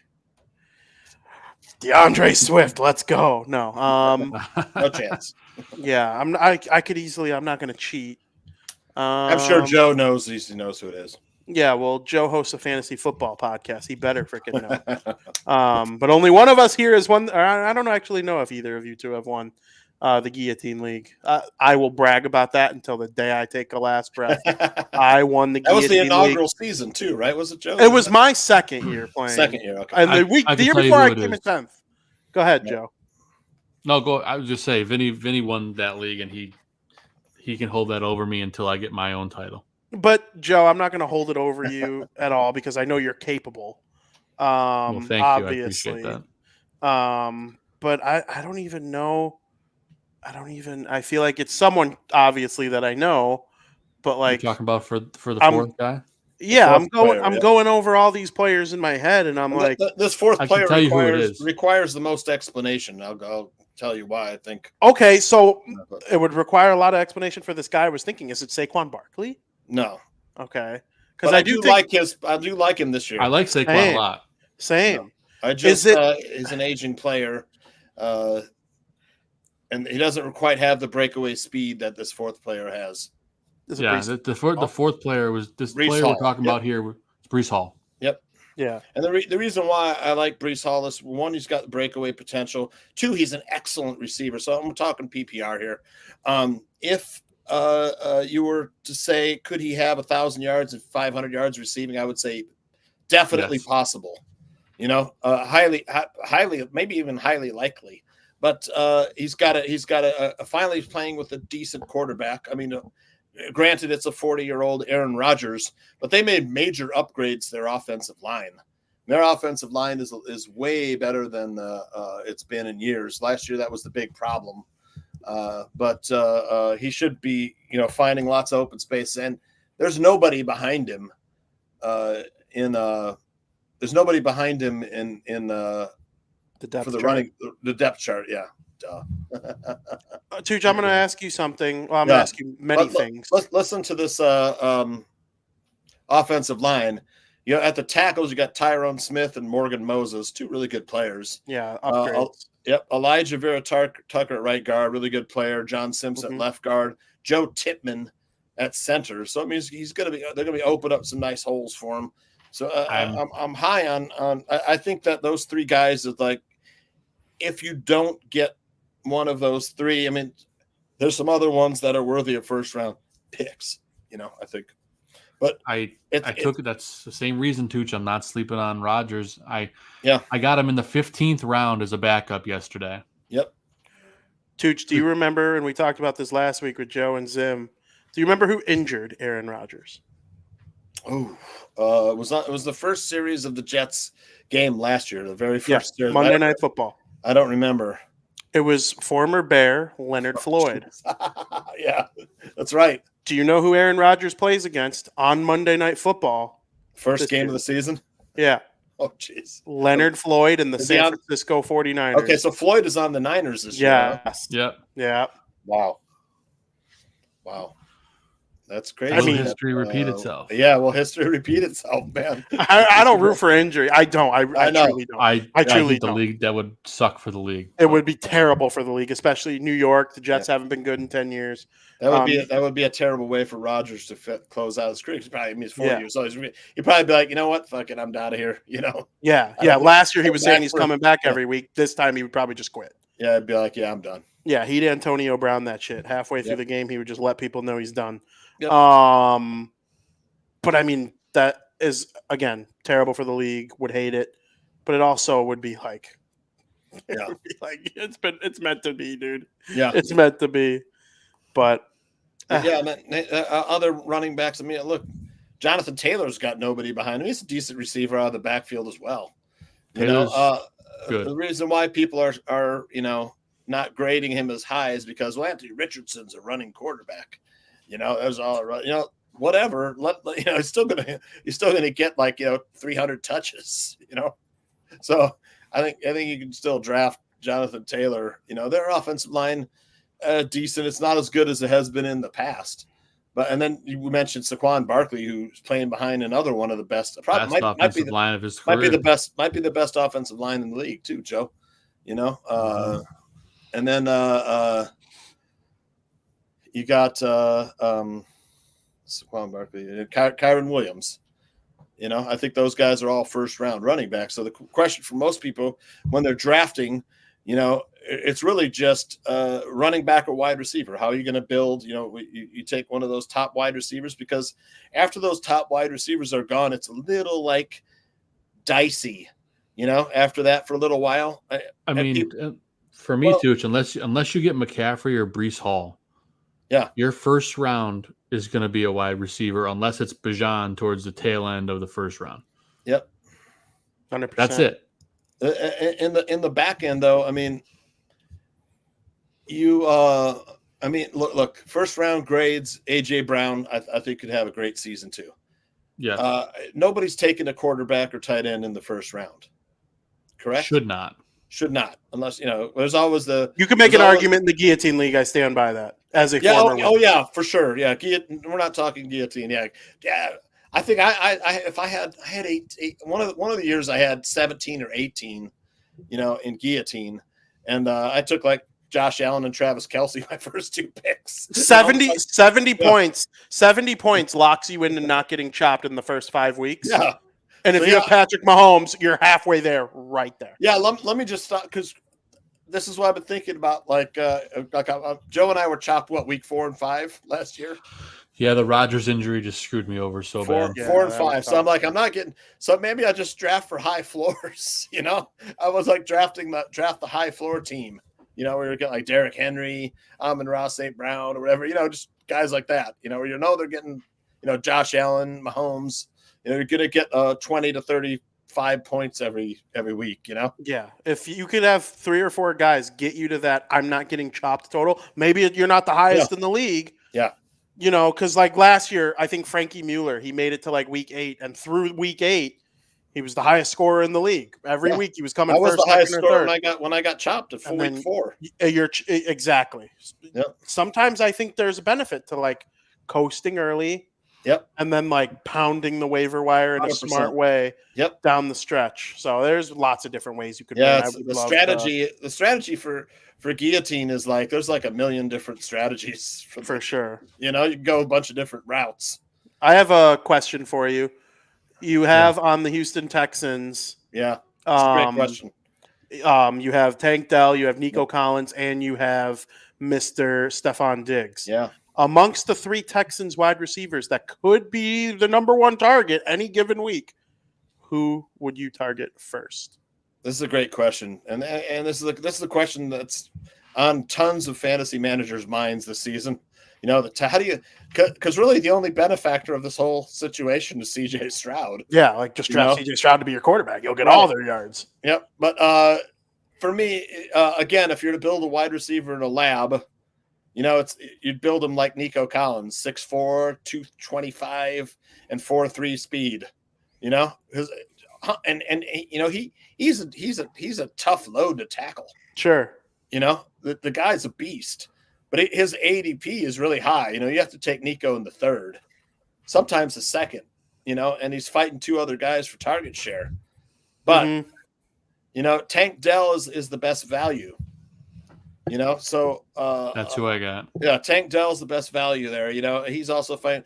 To me, Stephon Diggs is super talented. He's getting up there in years. But I think his ADP is too high. His ADP is too high. But the thing is that he could explode too. He's too good of a wide receiver not to. Yeah, he's Stephon Diggs. But I get what you're for 3 games. Yeah, he's WR1 on the depth chart, but yeah. Will he be by week 7 or 8? Yeah. The bottom line is there's no RW1 on this team. If I were to say that there's an RW1 that's going to get like the ball in crunch time or the 50-50 contested throwing up balls or red zone targets, it's Nico. After that it'd be Tank. Tank can score from anywhere, and then Diggs as far as like touchdown red zone targets. I agree. It's not like the Bears where like they have 3 guys kind of similar to Houston, but like one play, you gotta launch it up to somebody. Yep. It could be a Dunze down the line because I do think he has like great 50-50 abilities 100%. From what we saw at Washington. But the target right now in that situation is DJ Moore. Like it's kind of undisputed in my brain. To me, DJ Moore is a lock for 1,000 yards. Oh now, he had 1,000 with freaking Fields. Fields. He was on pace for 1,500 with Fields. Yeah. But I know Trubisky a Pro Bowler. Yeah, there's no doubt that he's going to be the target share leader, and he's going to be the yardage leader for the Bears, maybe even the receiving touchdown leader. So I mean, the guy I'm really only interested in drafting 2 guys on this Bears team, and that's Caleb Williams and DJ Moore. I think the other guys. Oh, yeah, I would draft Williams. Yep. I think Williams is a great number 2 quarterback. I think he can easily get your team. I think he can easily help your team as a number 1 quarterback too. But like these are the things like guys like Jaden Daniels and Anthony Richardson and Caleb Williams. You want to see it first. It's the same thing with players like Kyle Pitts. You want to see it first. Robinson. Yeah. Yep. Bijan Robinson, Kyle Pitts. You want to see it first. Now those guys in Atlanta have a quarterback that can get them the ball. Mm-hmm. Kirk Cousins. My fear with Kirk Cousins, I think Atlanta will win the division. So it's not, but I told Joe this before. It's like it's the end of the season. Tampa Bay is winning the division, and Falcons are out of it. And Cousins isn't playing anymore. It's Michael Penix. for the last 4 games or whatever Yeah. season when you're having your fantasy championship. For sure. Fantasy playoffs. Seeing what they got in him. Yeah. I love Kirk Cousins. I think if Atlanta is going to be competitive in the NFC South, Kirk Cousins could easily throw for 4,000 yards with Drake London, Cal Pitts, Darnell Mooney. I think that I don't know if they're that strong at the wide receiver. Again, Drake London's a pretty good player, but he had the most uncatchable balls thrown to him last year. I think Drake London's going to be a top 5 wide receiver this year. He's super talented. He's super talented, but he could be. It's just Kirk Cousins made a star out of Justin Jefferson. So does he do the same thing to Drake London? We got to see. It's one of those wait and see things, but I think so. I said it on Fantasy Football Goon. I still believe it. I think Kirk Cousins is a league winner this year. I believe that. Drake London ADP value is a little high for someone it's who it's high. He went even higher than I expected yesterday. Yeah.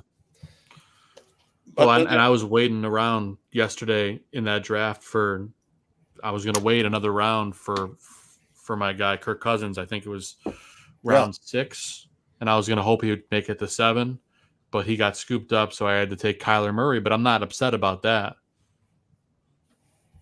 Kyler, I think, is primed for a good year because they're going to be playing from behind. Yeah, Marvin Harrison Jr. if he turns into Trey McBride, a star. Yeah. Tell you one thing, Trey McBride is another guy that's probably a league winner. I mean, right now he's probably a 4th round tight end if you want to get him, but Kelsey's going before him, Laporta's going before him. For my money, for the ADP, I'm taking McBride in the 4th. That's fair. Mark Andrews. I take McBride over Andrews. I would take McBride over Andrews. And Andrews is injury prone. He's already banged up, and the season hasn't even started. Yeah, great player. He's just injury prone. As far as Puka Nakua is going into the first round. Too high. I agree, man. Too high. There's other players I would elevate there. I might elevate.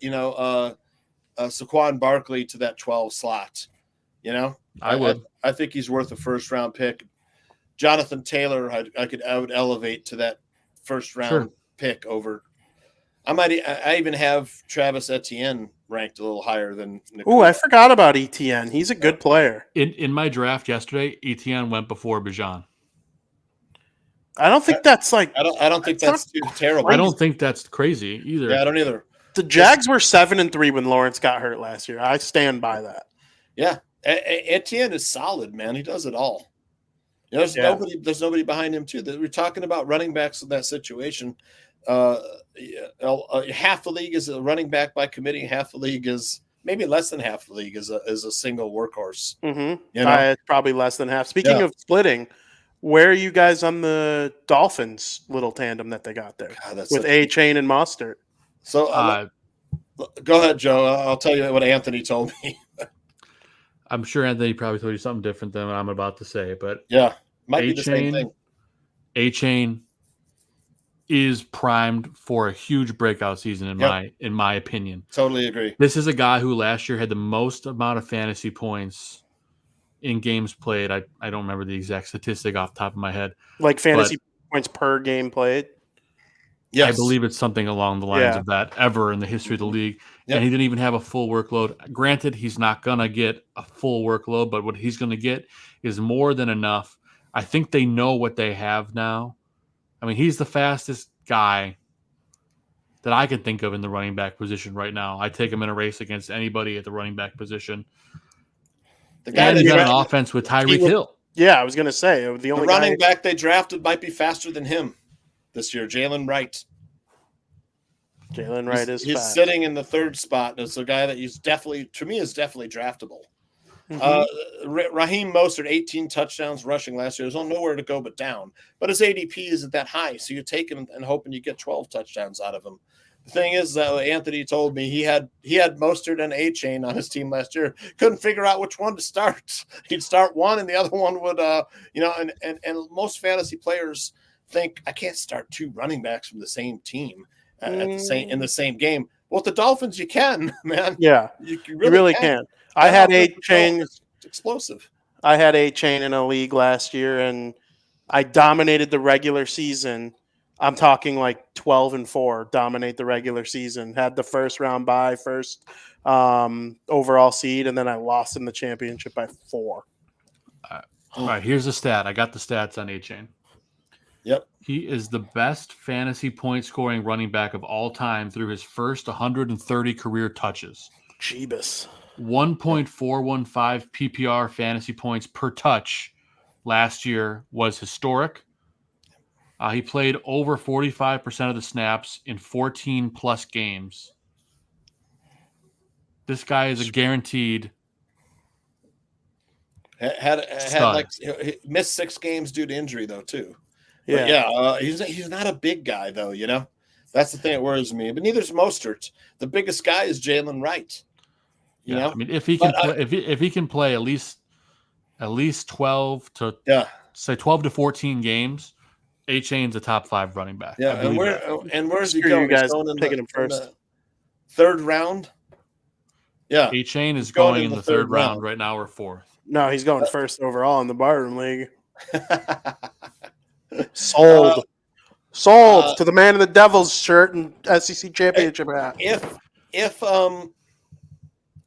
Raheem Mostert wasn't there, I would say he's worthy of a first. Oh round. yeah, I think so. First round grade, but Raheem Mostert's still there. Now, I think the Mostert is that he's approaching that cliff year because I think he's 30 years old, 29, 30, 31. Mm-hmm. He's around there, and running backs just don't last that long, you know? No, can you think of a tandem in previous history like that was like both were worthy of owning in fantasy? Like maybe first being worthy of both being drafted in the first 3 rounds. Like who did the Saints have with Alvin Kamara? Yeah, was it Ingram? Yeah, Mark Ingram. Yeah, Mark Ingram. They were both worthy. It was a similar situation. Yeah, Mike Alstott, Warwick Dunn. Yeah. Don't know if you remember back that far. Those are 2 Thunder and Lightning. Yeah, I remember. Tampa Bay running backs. Mm-hmm. You know, 2 Rathman and Roger Craig, the 49ers. Yeah. That's way before your time. But I was playing fantasy football back then. And Tooch, you'll appreciate this because we were just talking about A-Chain and ADP. You're picking 6 in the Barroom League, right? Mm-hmm.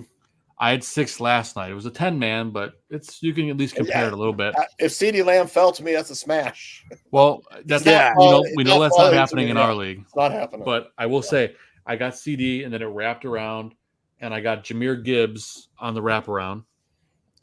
Then on the 3rd round, I went Gibbs to A-Chain. There you go. And then I got Cooper Kupp. You got what? Yeah, that's almost a perfect draft right there. The first perfect first 4 picks. If health works out, I think I'm in good shape. But health is my biggest. Yeah. Did you take a quarterback 5th round? No, I waited until the 7th. So you have CD, A-Chain. I got Kyler Murray in the 7th. Oh, that's right. That was Murray. Gibbs, yeah, and you took Rodgers late. Gibbs, A-Chain, CeeDee Lamb, Cooper Kupp. That is a solid 4. 100%. And I got Kamara. And Kamara. See, I'm not as high on Kamara as you are, but the thing is that there's nobody. Kamara and James Conner. Kamara's the only show in New Orleans. There's no other running backs like Kendre Miller. You know, he's always injured. I mean, Kamara's not that healthy either. I forget. I'd have to look at that Saints depth chart. I have no idea, but I also got a sleeper that you like to talk about a lot, Tooch, and we can remind our listeners about Tyjae Spears. Yep, I like him. Yep, I do. I mean, you can't discount Tony Pollard because I think right now it's like 55-45 as far as like snap share in favor of Pollard. But Pollard wasn't even good last year. I know. Good as I'm saying, Tyjae Spears is a better player.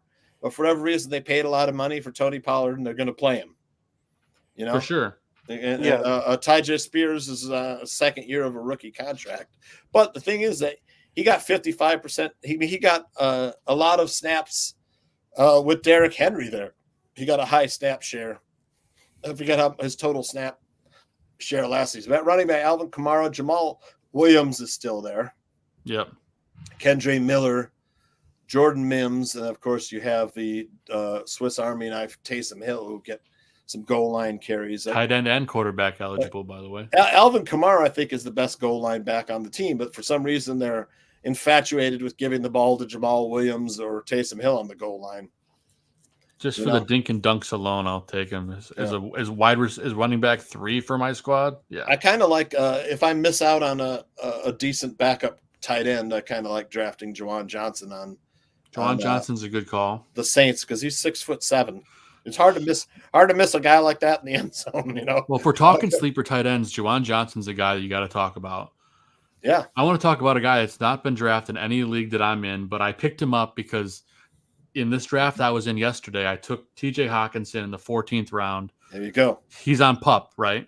Yep. So I take him, I put him in the put IR him on spot. IR and pick up another guy. I picked up another guy, and you guys tell me if I'm crazy here. Can I guess at the sleeper? Yes. Okay. My sleeper that I like taking in the back end is Michael Wilson of the Cardinals. It's a great guess. It's not who I have, but it's a great guess. He's going undrafted, and he's a starting wide receiver. And last year he was pretty darn good. Man, I go back and look at some of those games toward the end of at the end of last season. Michael Wilson was, Williams' number one target. I know there's Marvin Harrison Jr. there, but if Harrison's covered, you have McBride or Wilson to throw to. So, I mean, I like Kyler Murray's prospects this season. He's going to get you some yards rushing. Yeah. But that's not Joe's sleeper pick. Yeah. No, my sleeper pick is a guy that Tooch finds a way to have on his team every year. Signed with the Miami Dolphins. I'm talking about Jonnu Smith. Yeah. Yep. Super sleepery. Yep. But he's on the Dolphins now, huh? He was one of the most targeted guys in the preseason for them. Yeah. And I know there's a lot of big weapons there. We get that. And we've seen a lot of tight ends in Miami just kind of fizzle out. But Jonnu, I feel like he's going to get some targets. I'm not saying he's going to be a top 5 tight end, but for a guy that's going undrafted, especially when I draft Hawkinson and put him in a PUP IR spot, I mean, I like Jonnu.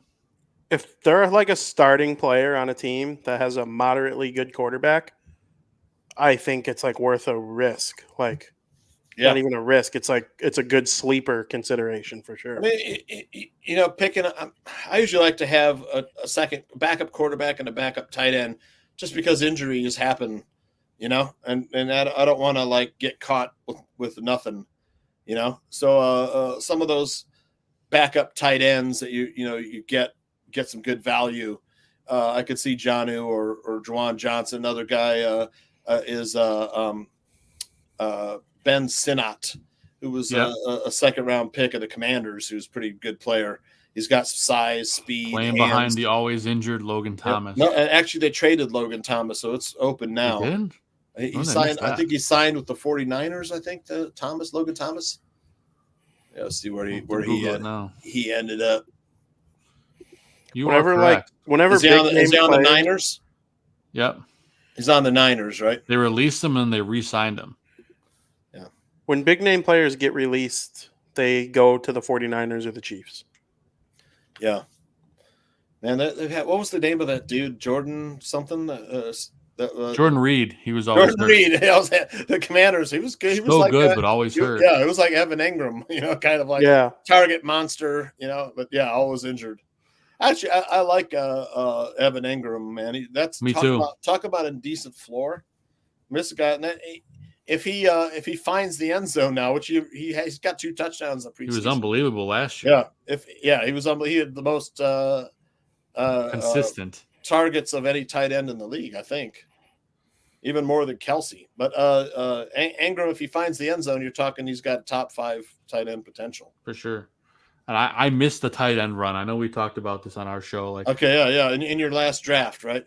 Yeah, in every league, for the most part, that run starts in the 5th round. That's at least my experience in drafts and mock drafts. Okay. The draft yesterday, somebody took Kelsey in the tail end of the 1st, and then the 2nd tight end started falling. And I'm like, I'm just not doing it, right? So I found a way to miss out on all my guys so that I had to sit and wait. And I took Cole Kmet, like, I don't know, 8th or 9th. I don't remember what round it was. And then I waited, I grabbed Hawkinson, put him on PUP. And then it's picked tough, up though. Another guy. When that run starts, it's just, if you want your guy, you got to take it when that run starts. Because that's for me, that's been the most unpredictable thing in every mock and regular draft I've done is it takes one person going out of the expected to grab a tight end to throw off everything, because people are going to freak out and say, oh, I got to get my guy. People are saying that Ben Sinnott reminds him of Tyler Eifert. I don't know if you remember Tyler Eifert, former Notre Damer, played for the Bengals. The Bengals finally have somebody at tight end. They were for a while. They were going, what was that guy's name? They had for a long time at tight end. It's like which team? The Bengals. Oh, geez. I know who the tight ends are now.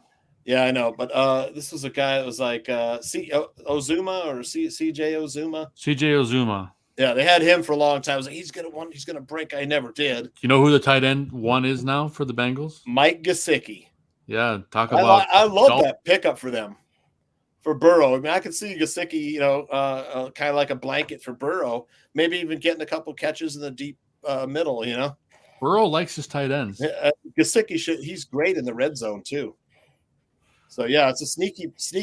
That's what I'm saying. If I miss out on some tight ends, I'm looking at guys like Gesicki, Jawan Johnson.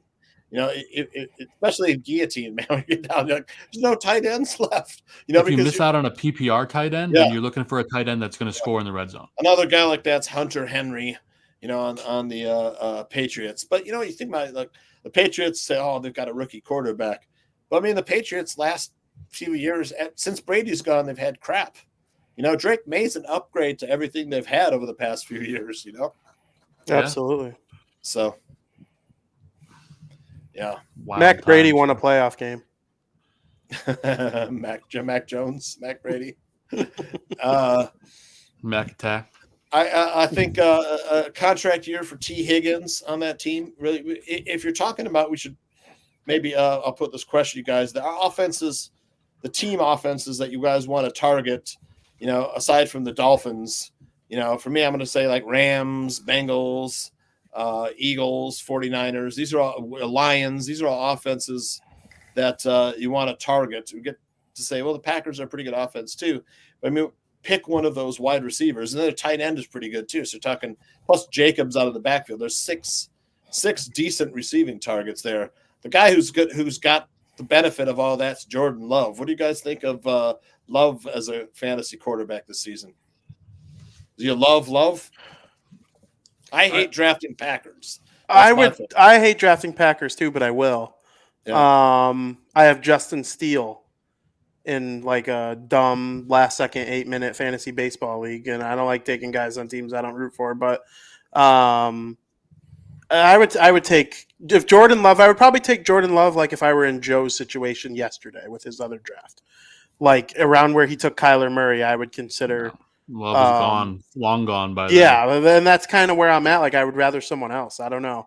Maybe I think his ADP is too high. I do think he's going to have a good season. I don't know. For me, there's other guys I'd rather wait on. He's going way before Kirk Cousins. I think Kirk Cousins has a way better year than him. Yeah, you gotta like the targets and the coaching staff. Yeah, for sure. And he had a good year last year. He's proven. There's no arguing it. He was a little slow out of the gate, but he figured it out. Yeah. Tooch, I'm confused why you're a little down on drafting Bears players. You said there are only 2 Bears players you would draft. Like, you wouldn't even think about Cole Kmet if you missed the run of tight ends, or he'd probably part of the run of tight ends. As a second tight end, not as a first tight end. He's my first, unfortunately. Yeah, but I mean, I think you'll be okay, Joe. I mean, the thing is, it's like they now that Waldron likes to use 2 tight ends, they seem to be targeting Gerald Everett more than Cole Kmet, which to me is a mistake. Kmet is way faster, way bigger, a better player overall. But for whatever reason, they love Gerald Everett. Well, maybe just for the preseason, I hope. I don't know. Yeah. Exactly. But I've talked about Gerald Everett. I've loved him for like 40 years. Tooch knows that. He's always my sleeper tight end. Yeah. And he always has just mediocre seasons. So just throw it to Cole Kmet. The thing with the Bears, there's 3 good wide receivers there. To me, the only one worth drafting out of the 3 right now is DJ Moore. I think once Keenan Allen's out of the way, Rome Odunze will be a fantasy stud, in about another year. Like Dynasty, I would pick Rome Odunze. Oh, yeah. 100%. This season, I think you're looking at about 600, 700, 800 yards. I don't know how many touchdowns. Depends on the red zone. I think he's a good red zone target, though. I mean, the thing is, Keenan Allen and Rome Odunze are like basically the same player. They're similar size. Great route runners, both of them. It's just Keenan Allen, he was the number 3 fantasy wide receiver overall last season in fantasy points per game. He was targeted. He had Justin Herbert throwing in the ball. But this season, he's approaching that cliff year, like I said, with Raheem Mostert. And, and I know it could just be Jalen Johnson, but Jalen Johnson, he in the Hard Knocks episode, he's like, I haven't caught a single pass against him. That stunned me. The Hard Knocks episode, like the cornerback on your team is that much in your head. I was a little like taken back by that. Like, what do you mean? And then Caleb Williams, it just doesn't seem like the guy that's going to target a tight end overly than his wide receivers. And he also has DeAndre Swift to dump the ball off too. But, I think Williams will spread it all over the place. I think that's why I kind of like him as a fantasy quarterback. Don't know how good he is because we haven't seen anything. We don't know how he's going to figure out the league. I mean, I know the league that I played in yesterday was a lot of people from like the West Coast, from the East Coast, but I will tell you, Caleb Williams didn't go until the 15th. It's fair. It's fair to be skeptical about any rookie quarterback. It's the Bears. They haven't had a good offense since Barrett Kramer and Jay Cutler. Yeah. When was the last time? They've never had a 4,000-yard passer. They've never had anybody that's hit this year. No 30 touchdown passers either. Yeah, that's crazy. I mean, Williams' best play of one of his best plays of the preseason was a Mahomesian looking on the run dime to Cole Kmet. Yep. So. That too. Another one. The shuffle was sick too, though. Yeah, the one to dropped it in the bucket to Rome Odunze, running to his left. Yep. I mean that's a unbelievable throw. There aren't that many quarterbacks that make those. Rank your top 5 fantasy quarterbacks in order. This season? Yeah. Wow. Let me just get them fresh in my mind before we go. There's one name in particular I'm curious if they crack. We talked about them a little bit. We talked about their weapons mostly, but I have to go. My number 1 quarterback for fantasy would be Josh Allen, but he goes way too high.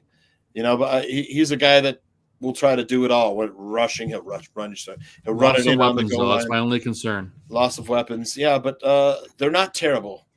They're not terrible. These guys are pros. They're not. And the quarterback's going to make them a hell of a lot better. And then second, I'd probably go with Jalen Hurts, just for the same reasons. He's got an alpha wide receiver though, and then he's got Saquon Barkley to dump the ball. He's got a decent tight end. If the no more tush push though, that might take a couple touchdowns off. Yeah, I think that will. And they might still do the tush push, but is it? Yeah. Without Jason I never Kelce. liked that role, but yeah. And then after that, it's I probably would take C.J. Stroud as my 3rd fantasy quarterback. That's what I was curious of. Dak Prescott, I would take him to up above a lot of these guys, and I'm high on Kyler Murray and Joe Burrow. After that, I think you got a lot of mixed bag. You're looking at guys like, what's Jordan Love going to do? What's Jaden Daniels going to do? Anthony Richardson, he was scoring a lot of points, fantasy points. Never really, he only played 13 games in college. We know how that worked out for the Bears when they drafted a quarterback. Yeah, he was awesome last year before he got hurt. Yeah, there's still Lamar Jackson. To me, I was going to say you left off the last 2 MVPs. Yeah, Lamar Jackson. Lamar Jackson's definitely boom or bust. He's an older player now. He's a veteran player. Last year, you saw some signs of him figuring out, defenses and the passing scheme and stuff. But he's always like quick to run, and having a running and passing quarterback. That's the key to winning leagues. That's why I like those guys. Just I'm not sold on Lamar Jackson, but for me, maybe the price is a little high. I'd rather have the floor. I'd rather have the floor of Josh Allen or Patrick Mahomes or, C.J. Stroud or Joe Burrow, or Kyler Murray's the same way as Lamar Jackson too.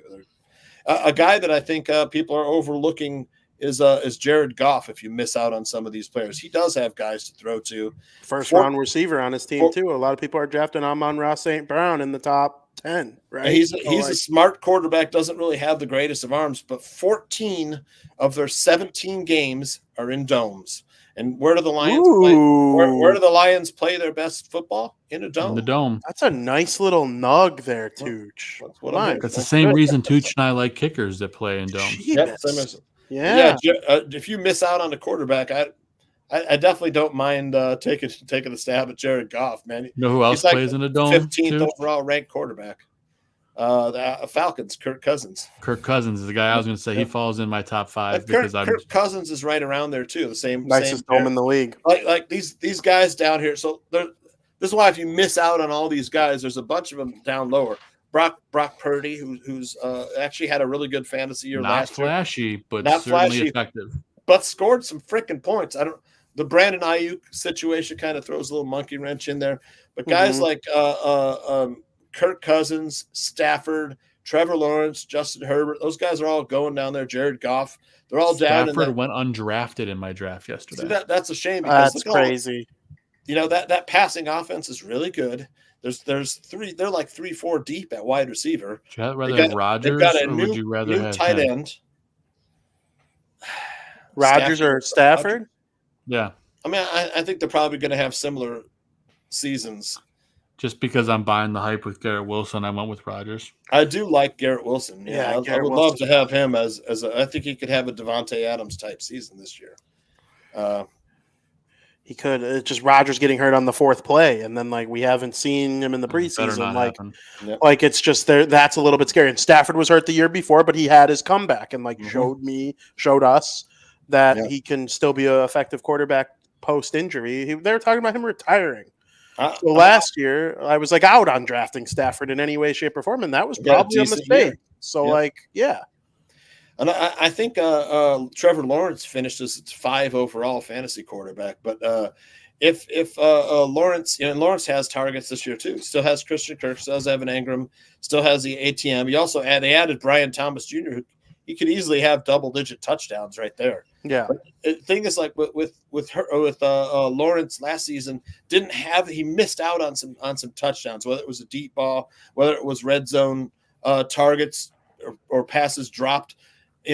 5 more touchdowns, and you're talking Trevor Lawrence, as one of the top, fantasy quarterbacks last season. That's why this season I think you don't sleep on him. I think he could have a really good season because he'll take off and run the ball too. It'll get you pick up some first downs too, or run rushing on the goal line. But yeah, I don't mind having Lawrence as my number 1 pick if I miss out on some of those quarterbacks. Just you have to figure out whether you're going to take a quarterback in the first 6-7 rounds, or if you're going to wait on quarterback, which is like Adam Schaum's philosophy. He doesn't take a quarterback or tight end until after round 8.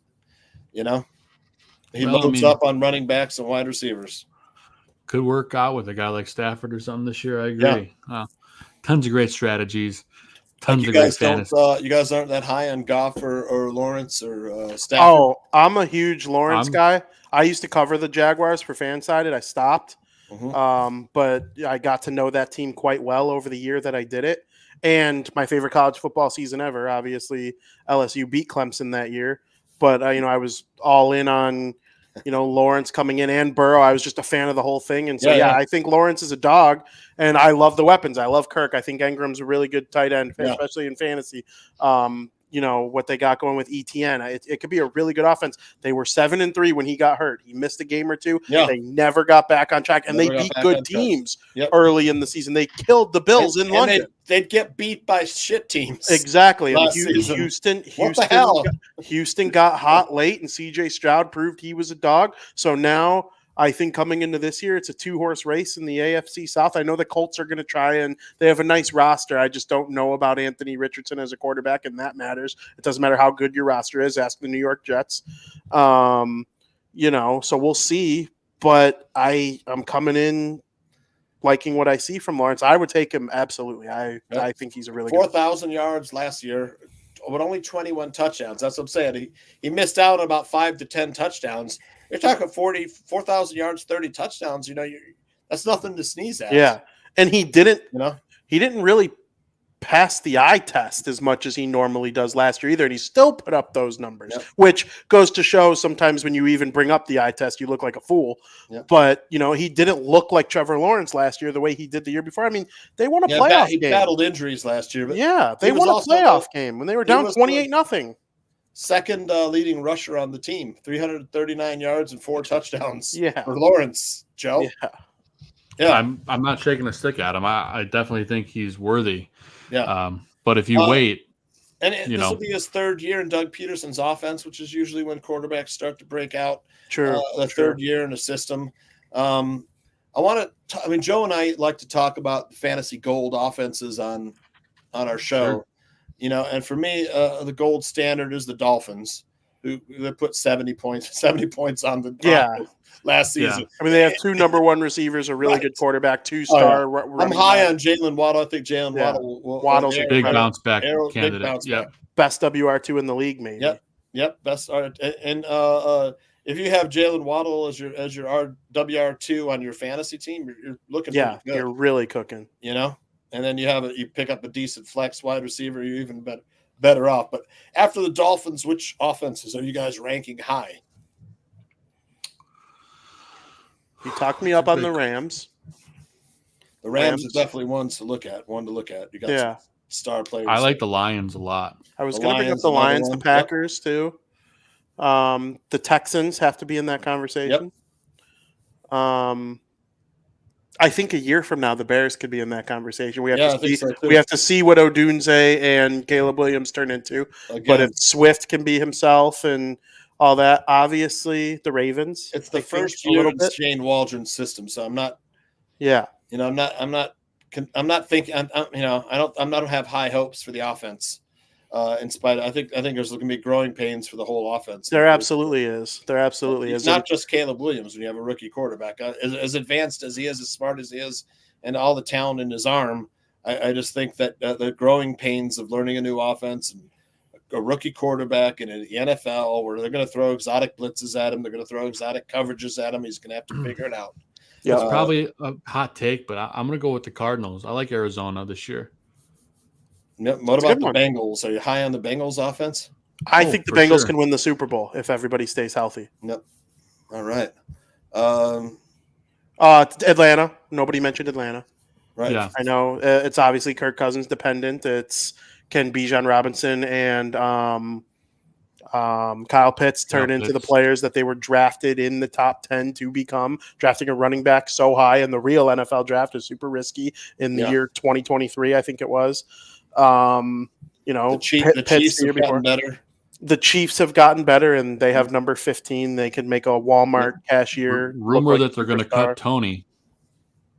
Honestly, Tony's hands are broken. So, I don't know why he basically lost them the week 1 game against the Giants or the Lions last year. Yeah. So the last one I'd add to that list is the Eagles. They got to be gotten better on offense. The Eagles were terrible on defense last year, in spite of all the talent. They just had too many injuries. The Cowboys, I mean, that with Dak Prescott, CeeDee Lamb on your team, Jake Ferguson, I think will have a good season too at tight end. I love Ferguson. With those 3 guys, I mean, you have a good nucleus, but their offensive line is going to suffer. Their defense is going to keep them in games. But the Cowboys have a habit of disappearing in the second half of the season, fading down the stretch. So to me, I'm taking the Cowboys with a little bit of risk. I love CeeDee Lamb and Prescott. If you're going to stack those two, I mean, you're gonna put up some heavy fantasy points. Don't sleep on Brandon Cooks either. He's a guy going undrafted. Yeah. He could potentially be, a wide receiver 3 with high upside. Absolutely. Yeah. But I know we're getting towards the end of our 2 hours here, guys. But Tooch, love having you on talking fantasy. You and I will be talking. Me and Adam will be talking fantasy every Sunday night, every Sunday morning before kickoff here, after the Barfly Tailgate Show, all the way up to kickoff. So we'll be here answering questions. The Barfly questions. That's it. And Vinny, I before give you out came, props on the show too, prop bets. Yep, Tooch does his prop bets. And before you came on, Vinny asked if he could come on Yeah, why not? Fantasy Football Goon. I That'd be told him, awesome. of course. Last year, Vinny, I was playing DraftKings. I was going. I'd go like 2, maybe 3 guys to score 2 touchdowns in a single game, like Kyron Williams, Raheem Mostert, Derrick Henry. A couple times I hit those, man. A big parlay. It was like 500 something bucks. On Wow, a $10 bet. Yeah.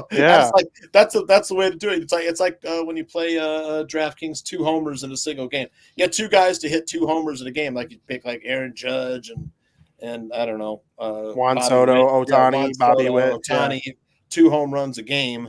You hit on 2 of those guys, you're talking $10. You're turning $10 into like 800. Yeah, seriously. And then if you lose, it's like it was $10, $5. Yeah, if you lose, there's only $10. Yep. So definitely, I've been doing that recently, but I've been taking a back seat because baseball is a dead season for sports wagering. College football, NFL, and college basketball are where all the good money's Bringing it back to life, huh? Yep. Yeah, but baseball's hard. Anytime goal score or over under on individual player props, shot wise in hockey, by the way. Yep, hockey. Shots in hockey. Shots on goal. That's Jack Hughes over shots every game. The Devils over shots every game. Yep. They might lose, but Connor McDavid to score 1 point, 1+ points. Yeah, it's probably minus every game. Right? Yeah, honestly. Yeah, minus odds, but yeah, it's like Scotty Scheffler to finish top 10 in golf. Yeah, you can book it. Yeah. Yep. But we got to remind all of our viewers and listeners right now, tune in on Saturday night here on the Barroom for the Barroom Network Fantasy Draft Show. You can catch all your favorite Barroom Network personalities, Vinny, Tooch, myself, Adam, Sham, Zim, the whole shebang will be doing our draft. Aldo will be there.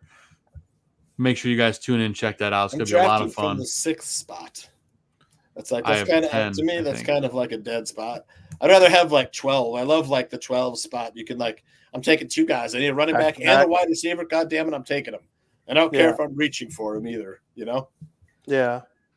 That's it exactly. That's going to be a dynamite show. Of course, until then, Tooch will be very busy. Until then, you've got potentially a special thing happening tomorrow. We don't know if it's happening for sure, but potentially keep your eyes peeled. We'll know, and make sure you subscribe and like. I believe it's happening because your boy's going to be a guest. I hope so. Yeah. And Wednesday, I've got Bare Their Souls. I missed last week because I was sick. I've been on so many shows too. And then Friday, weekend sports betting tips. Saturday, it's a draft show. Sunday, Barfly tailgate. There's no fantasy football goon this Sunday. No, not this Sunday, but the Sunday after. Yep. Football season's back, baby. And, of course, you got Buffon 55 coming back. Gabriel talking football. There's so much. There's Bear football, halftime, post-game. A lot of stuff coming up here on the Barroom. Don't want to miss it. Subscribe, like, follow. You know what to do. That segment that Johnny Buffon does, was it 55 with 55? Mm-hmm. That's brilliant, where he just goes rapid fire for 55 seconds. Love it. I love John Buffon. I love that. Yeah. I love that part of the show. Dynamite show. Make sure you guys check it out. Yep. Before we get out of here, gentlemen, Tooch, I want to thank you for giving us so much of your time, especially when we talked briefly in the beginning about the White Sox, and we bring 95% fantasy football on the show, but it's more exciting anyway. Sox lost, by the way. Yeah. Yep. But 70 games under. Yeah, they're very, very, very bad. Sheesh. But we'll do our shout-outs. We'll go around the horn, and then we'll close the book on this show for tonight. But, Tooch, I'll let you lead us off with some shout-outs before we get out of here. Wow, thanks for having me on. Both you guys do a great job. Appreciate both it, of my buddy. sons, I'm very proud of both of my sons. All the rest of the Barfly personalities who are about to step into our busiest part of the season, busiest part of the year, where it's like, Joe and I don't see our wives and kids, I'm about to go up there and check on mine. But shout out to everybody who make this possible. Appreciate it, Tooch. Appreciate you very much. Sean and Anthony, my partners on Weekend Sports Betting Tips, who they're always up for doing the show, especially Sean. And, Anthony gave out 13 straight winners. Man, it was amazing.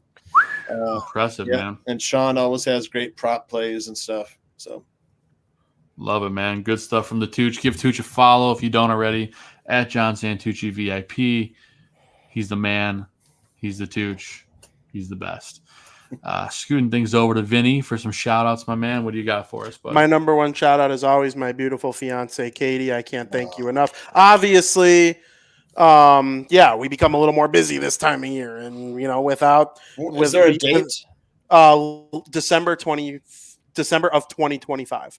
Okay. So we got a little bit yet, still working on some early stages of the planning, but and obviously the wives and girlfriends, they deal with a lot with us doing this, especially in the certain portions of the fall and winter with football and hockey being on at the same time, and playoff baseball. In my case, October's a mess. So I'm very thankful for her. Tooch, I'm thankful you came on the show today. It was very, very fun. I always love hearing you talk about how I was able to absolutely mash balls. That was how I first ever met you. It was the only up to the ballpark and someone hit a ball mile the only sport I was ever good at was baseball. I like hockey and football just as much, but I was only one I can claim I was good at and it not be a complete lie was baseball. So I appreciate it every time you come on. It was fun talking football. Joe, I'm thankful for you as well. It was a great time on this show. I love you guys very much. Shout out to one of my all-time favorite albums. Avenged Sevenfold's Waking the Fallen came out 21 years ago today. Hell yeah. And it is one of my all-time favorite albums. Joe's and wife. I'm obsessed with it. So absolutely. Yep. The Barroom Wives and Fiancés. What a fabulous crew. The Wags. The Wag. We need to get them like the Wag jackets like they were wearing in the playoffs last year. Like you saw Taylor Swift wearing hers and Brittany Mahomes. They were all wearing their like wives and girlfriends were all wearing Barroom Wag. Yeah, we got to get those. The cool My jackets. Beautiful wife who's still awake. She really is beautiful, Catherine. She's great. Appreciate that. ASAP. Aldo. Where you at, Aldo? What happened to deepdishtees.com? And Tooch, I told you this way. We got another little girl on the way. Yep. Oh yeah. Yep. I know. When's the date? Do we know? Due on Christmas Day. Christmas Day. Perfect. Yeah. So we'll see what happens. Very exciting there, but appreciate the shout out, Vinny, and thank you as always, my man. And I'll lead off my shout outs as always with my beautiful wife who happens to be in the chat. Catherine, I love you very much. Carrying our second child, and love you. And our daughter Audrey, who's a firecracker, just the funniest thing ever. She's 2.5 going on 16. Yep. Just the funniest, happiest, beautiful little girl. She loves to sing and dance and run around. It's the best. So I love her. My Great Dane Maverick, still a ham. Love him. He's crazy, but he's probably waiting for me outside the door. I'll give a shout out. Hurry up, Joe. He's waiting to take a dump. Let's go. If he's waiting to take a dump, it's all over the floor. It's my fault. So, but no. Of course, I got to shout out the co-hosts on this show, Zim, who couldn't be here tonight under the weather, but we know we'll see you on the draft show here on Saturday. Oh, yeah. Vincenzo, shout out to you. Love talking, not baseball with you lately. But, every sport. We just come on here and just sports. I appreciate you. And, of course, I got to give a special shout out to the Tooch for giving us so much of his time tonight on short notice. I know I reached out like Saturday night or Sunday morning, whatever it was. So my wife's working tonight, and the girls are sleeping in their hobo boxes. So living the dream, man. Make sure they're okay up there. For sure. I appreciate you. Shout out to Aldo Gandia letting us do this every week, giving us the platform. We'll draft a team with him on Saturday. That'll be fun. Some trash talk, all the good stuff. And last but not least, the chat room. Appreciate you guys and everyone that was watching. Lots of people tuned in right now, so thank you for watching the show. More fantasy football talk than usual, more than baseball, but let's be honest, it's more exciting right now to talk fantasy and get ready for your drafts. Biggest draft weekend of the year coming up. Yep. That's right. And for the whole season, Fantasy Football Goon will be with you every Sunday morning right up to kickoff. Answering all those fantasy questions, so we'll be here for you. Vinny, you forgot to mention we have Bar Down Hockey coming back this week too, right? Friday at noon-ish. Yeah, new version of the show. It'll probably be about an hour. We're going to shorten it just a little bit for the time being. My goal is to ultimately one day find a good time slot to get our 2.5 hour bullshit back. But we're going to probably have about an hour 15 show and just get people's feet right back into the hockey. I haven't had time away from that show in 3 years. So it was nice to have, or going on 3 years. So it was nice to have a little just reset the batteries a little bit, do South Burbs Hitmen on Monday. That was my only podcast for about a month and a half. I went out and got engaged. I spent some time by a pool. Now we're ready to lock back in. Couple 2 tree busy moments between the last 4 or 5 weeks. But now we're ready to lock back in, and winter's coming, even though it's hotter than this 10,000 Kelvin or however hot the sun is outside. But yeah, we're ready to lock back in and couldn't be more stoked. It's a thing of beauty, folks. Thanks for tuning in tonight to South Burbs Hitmen.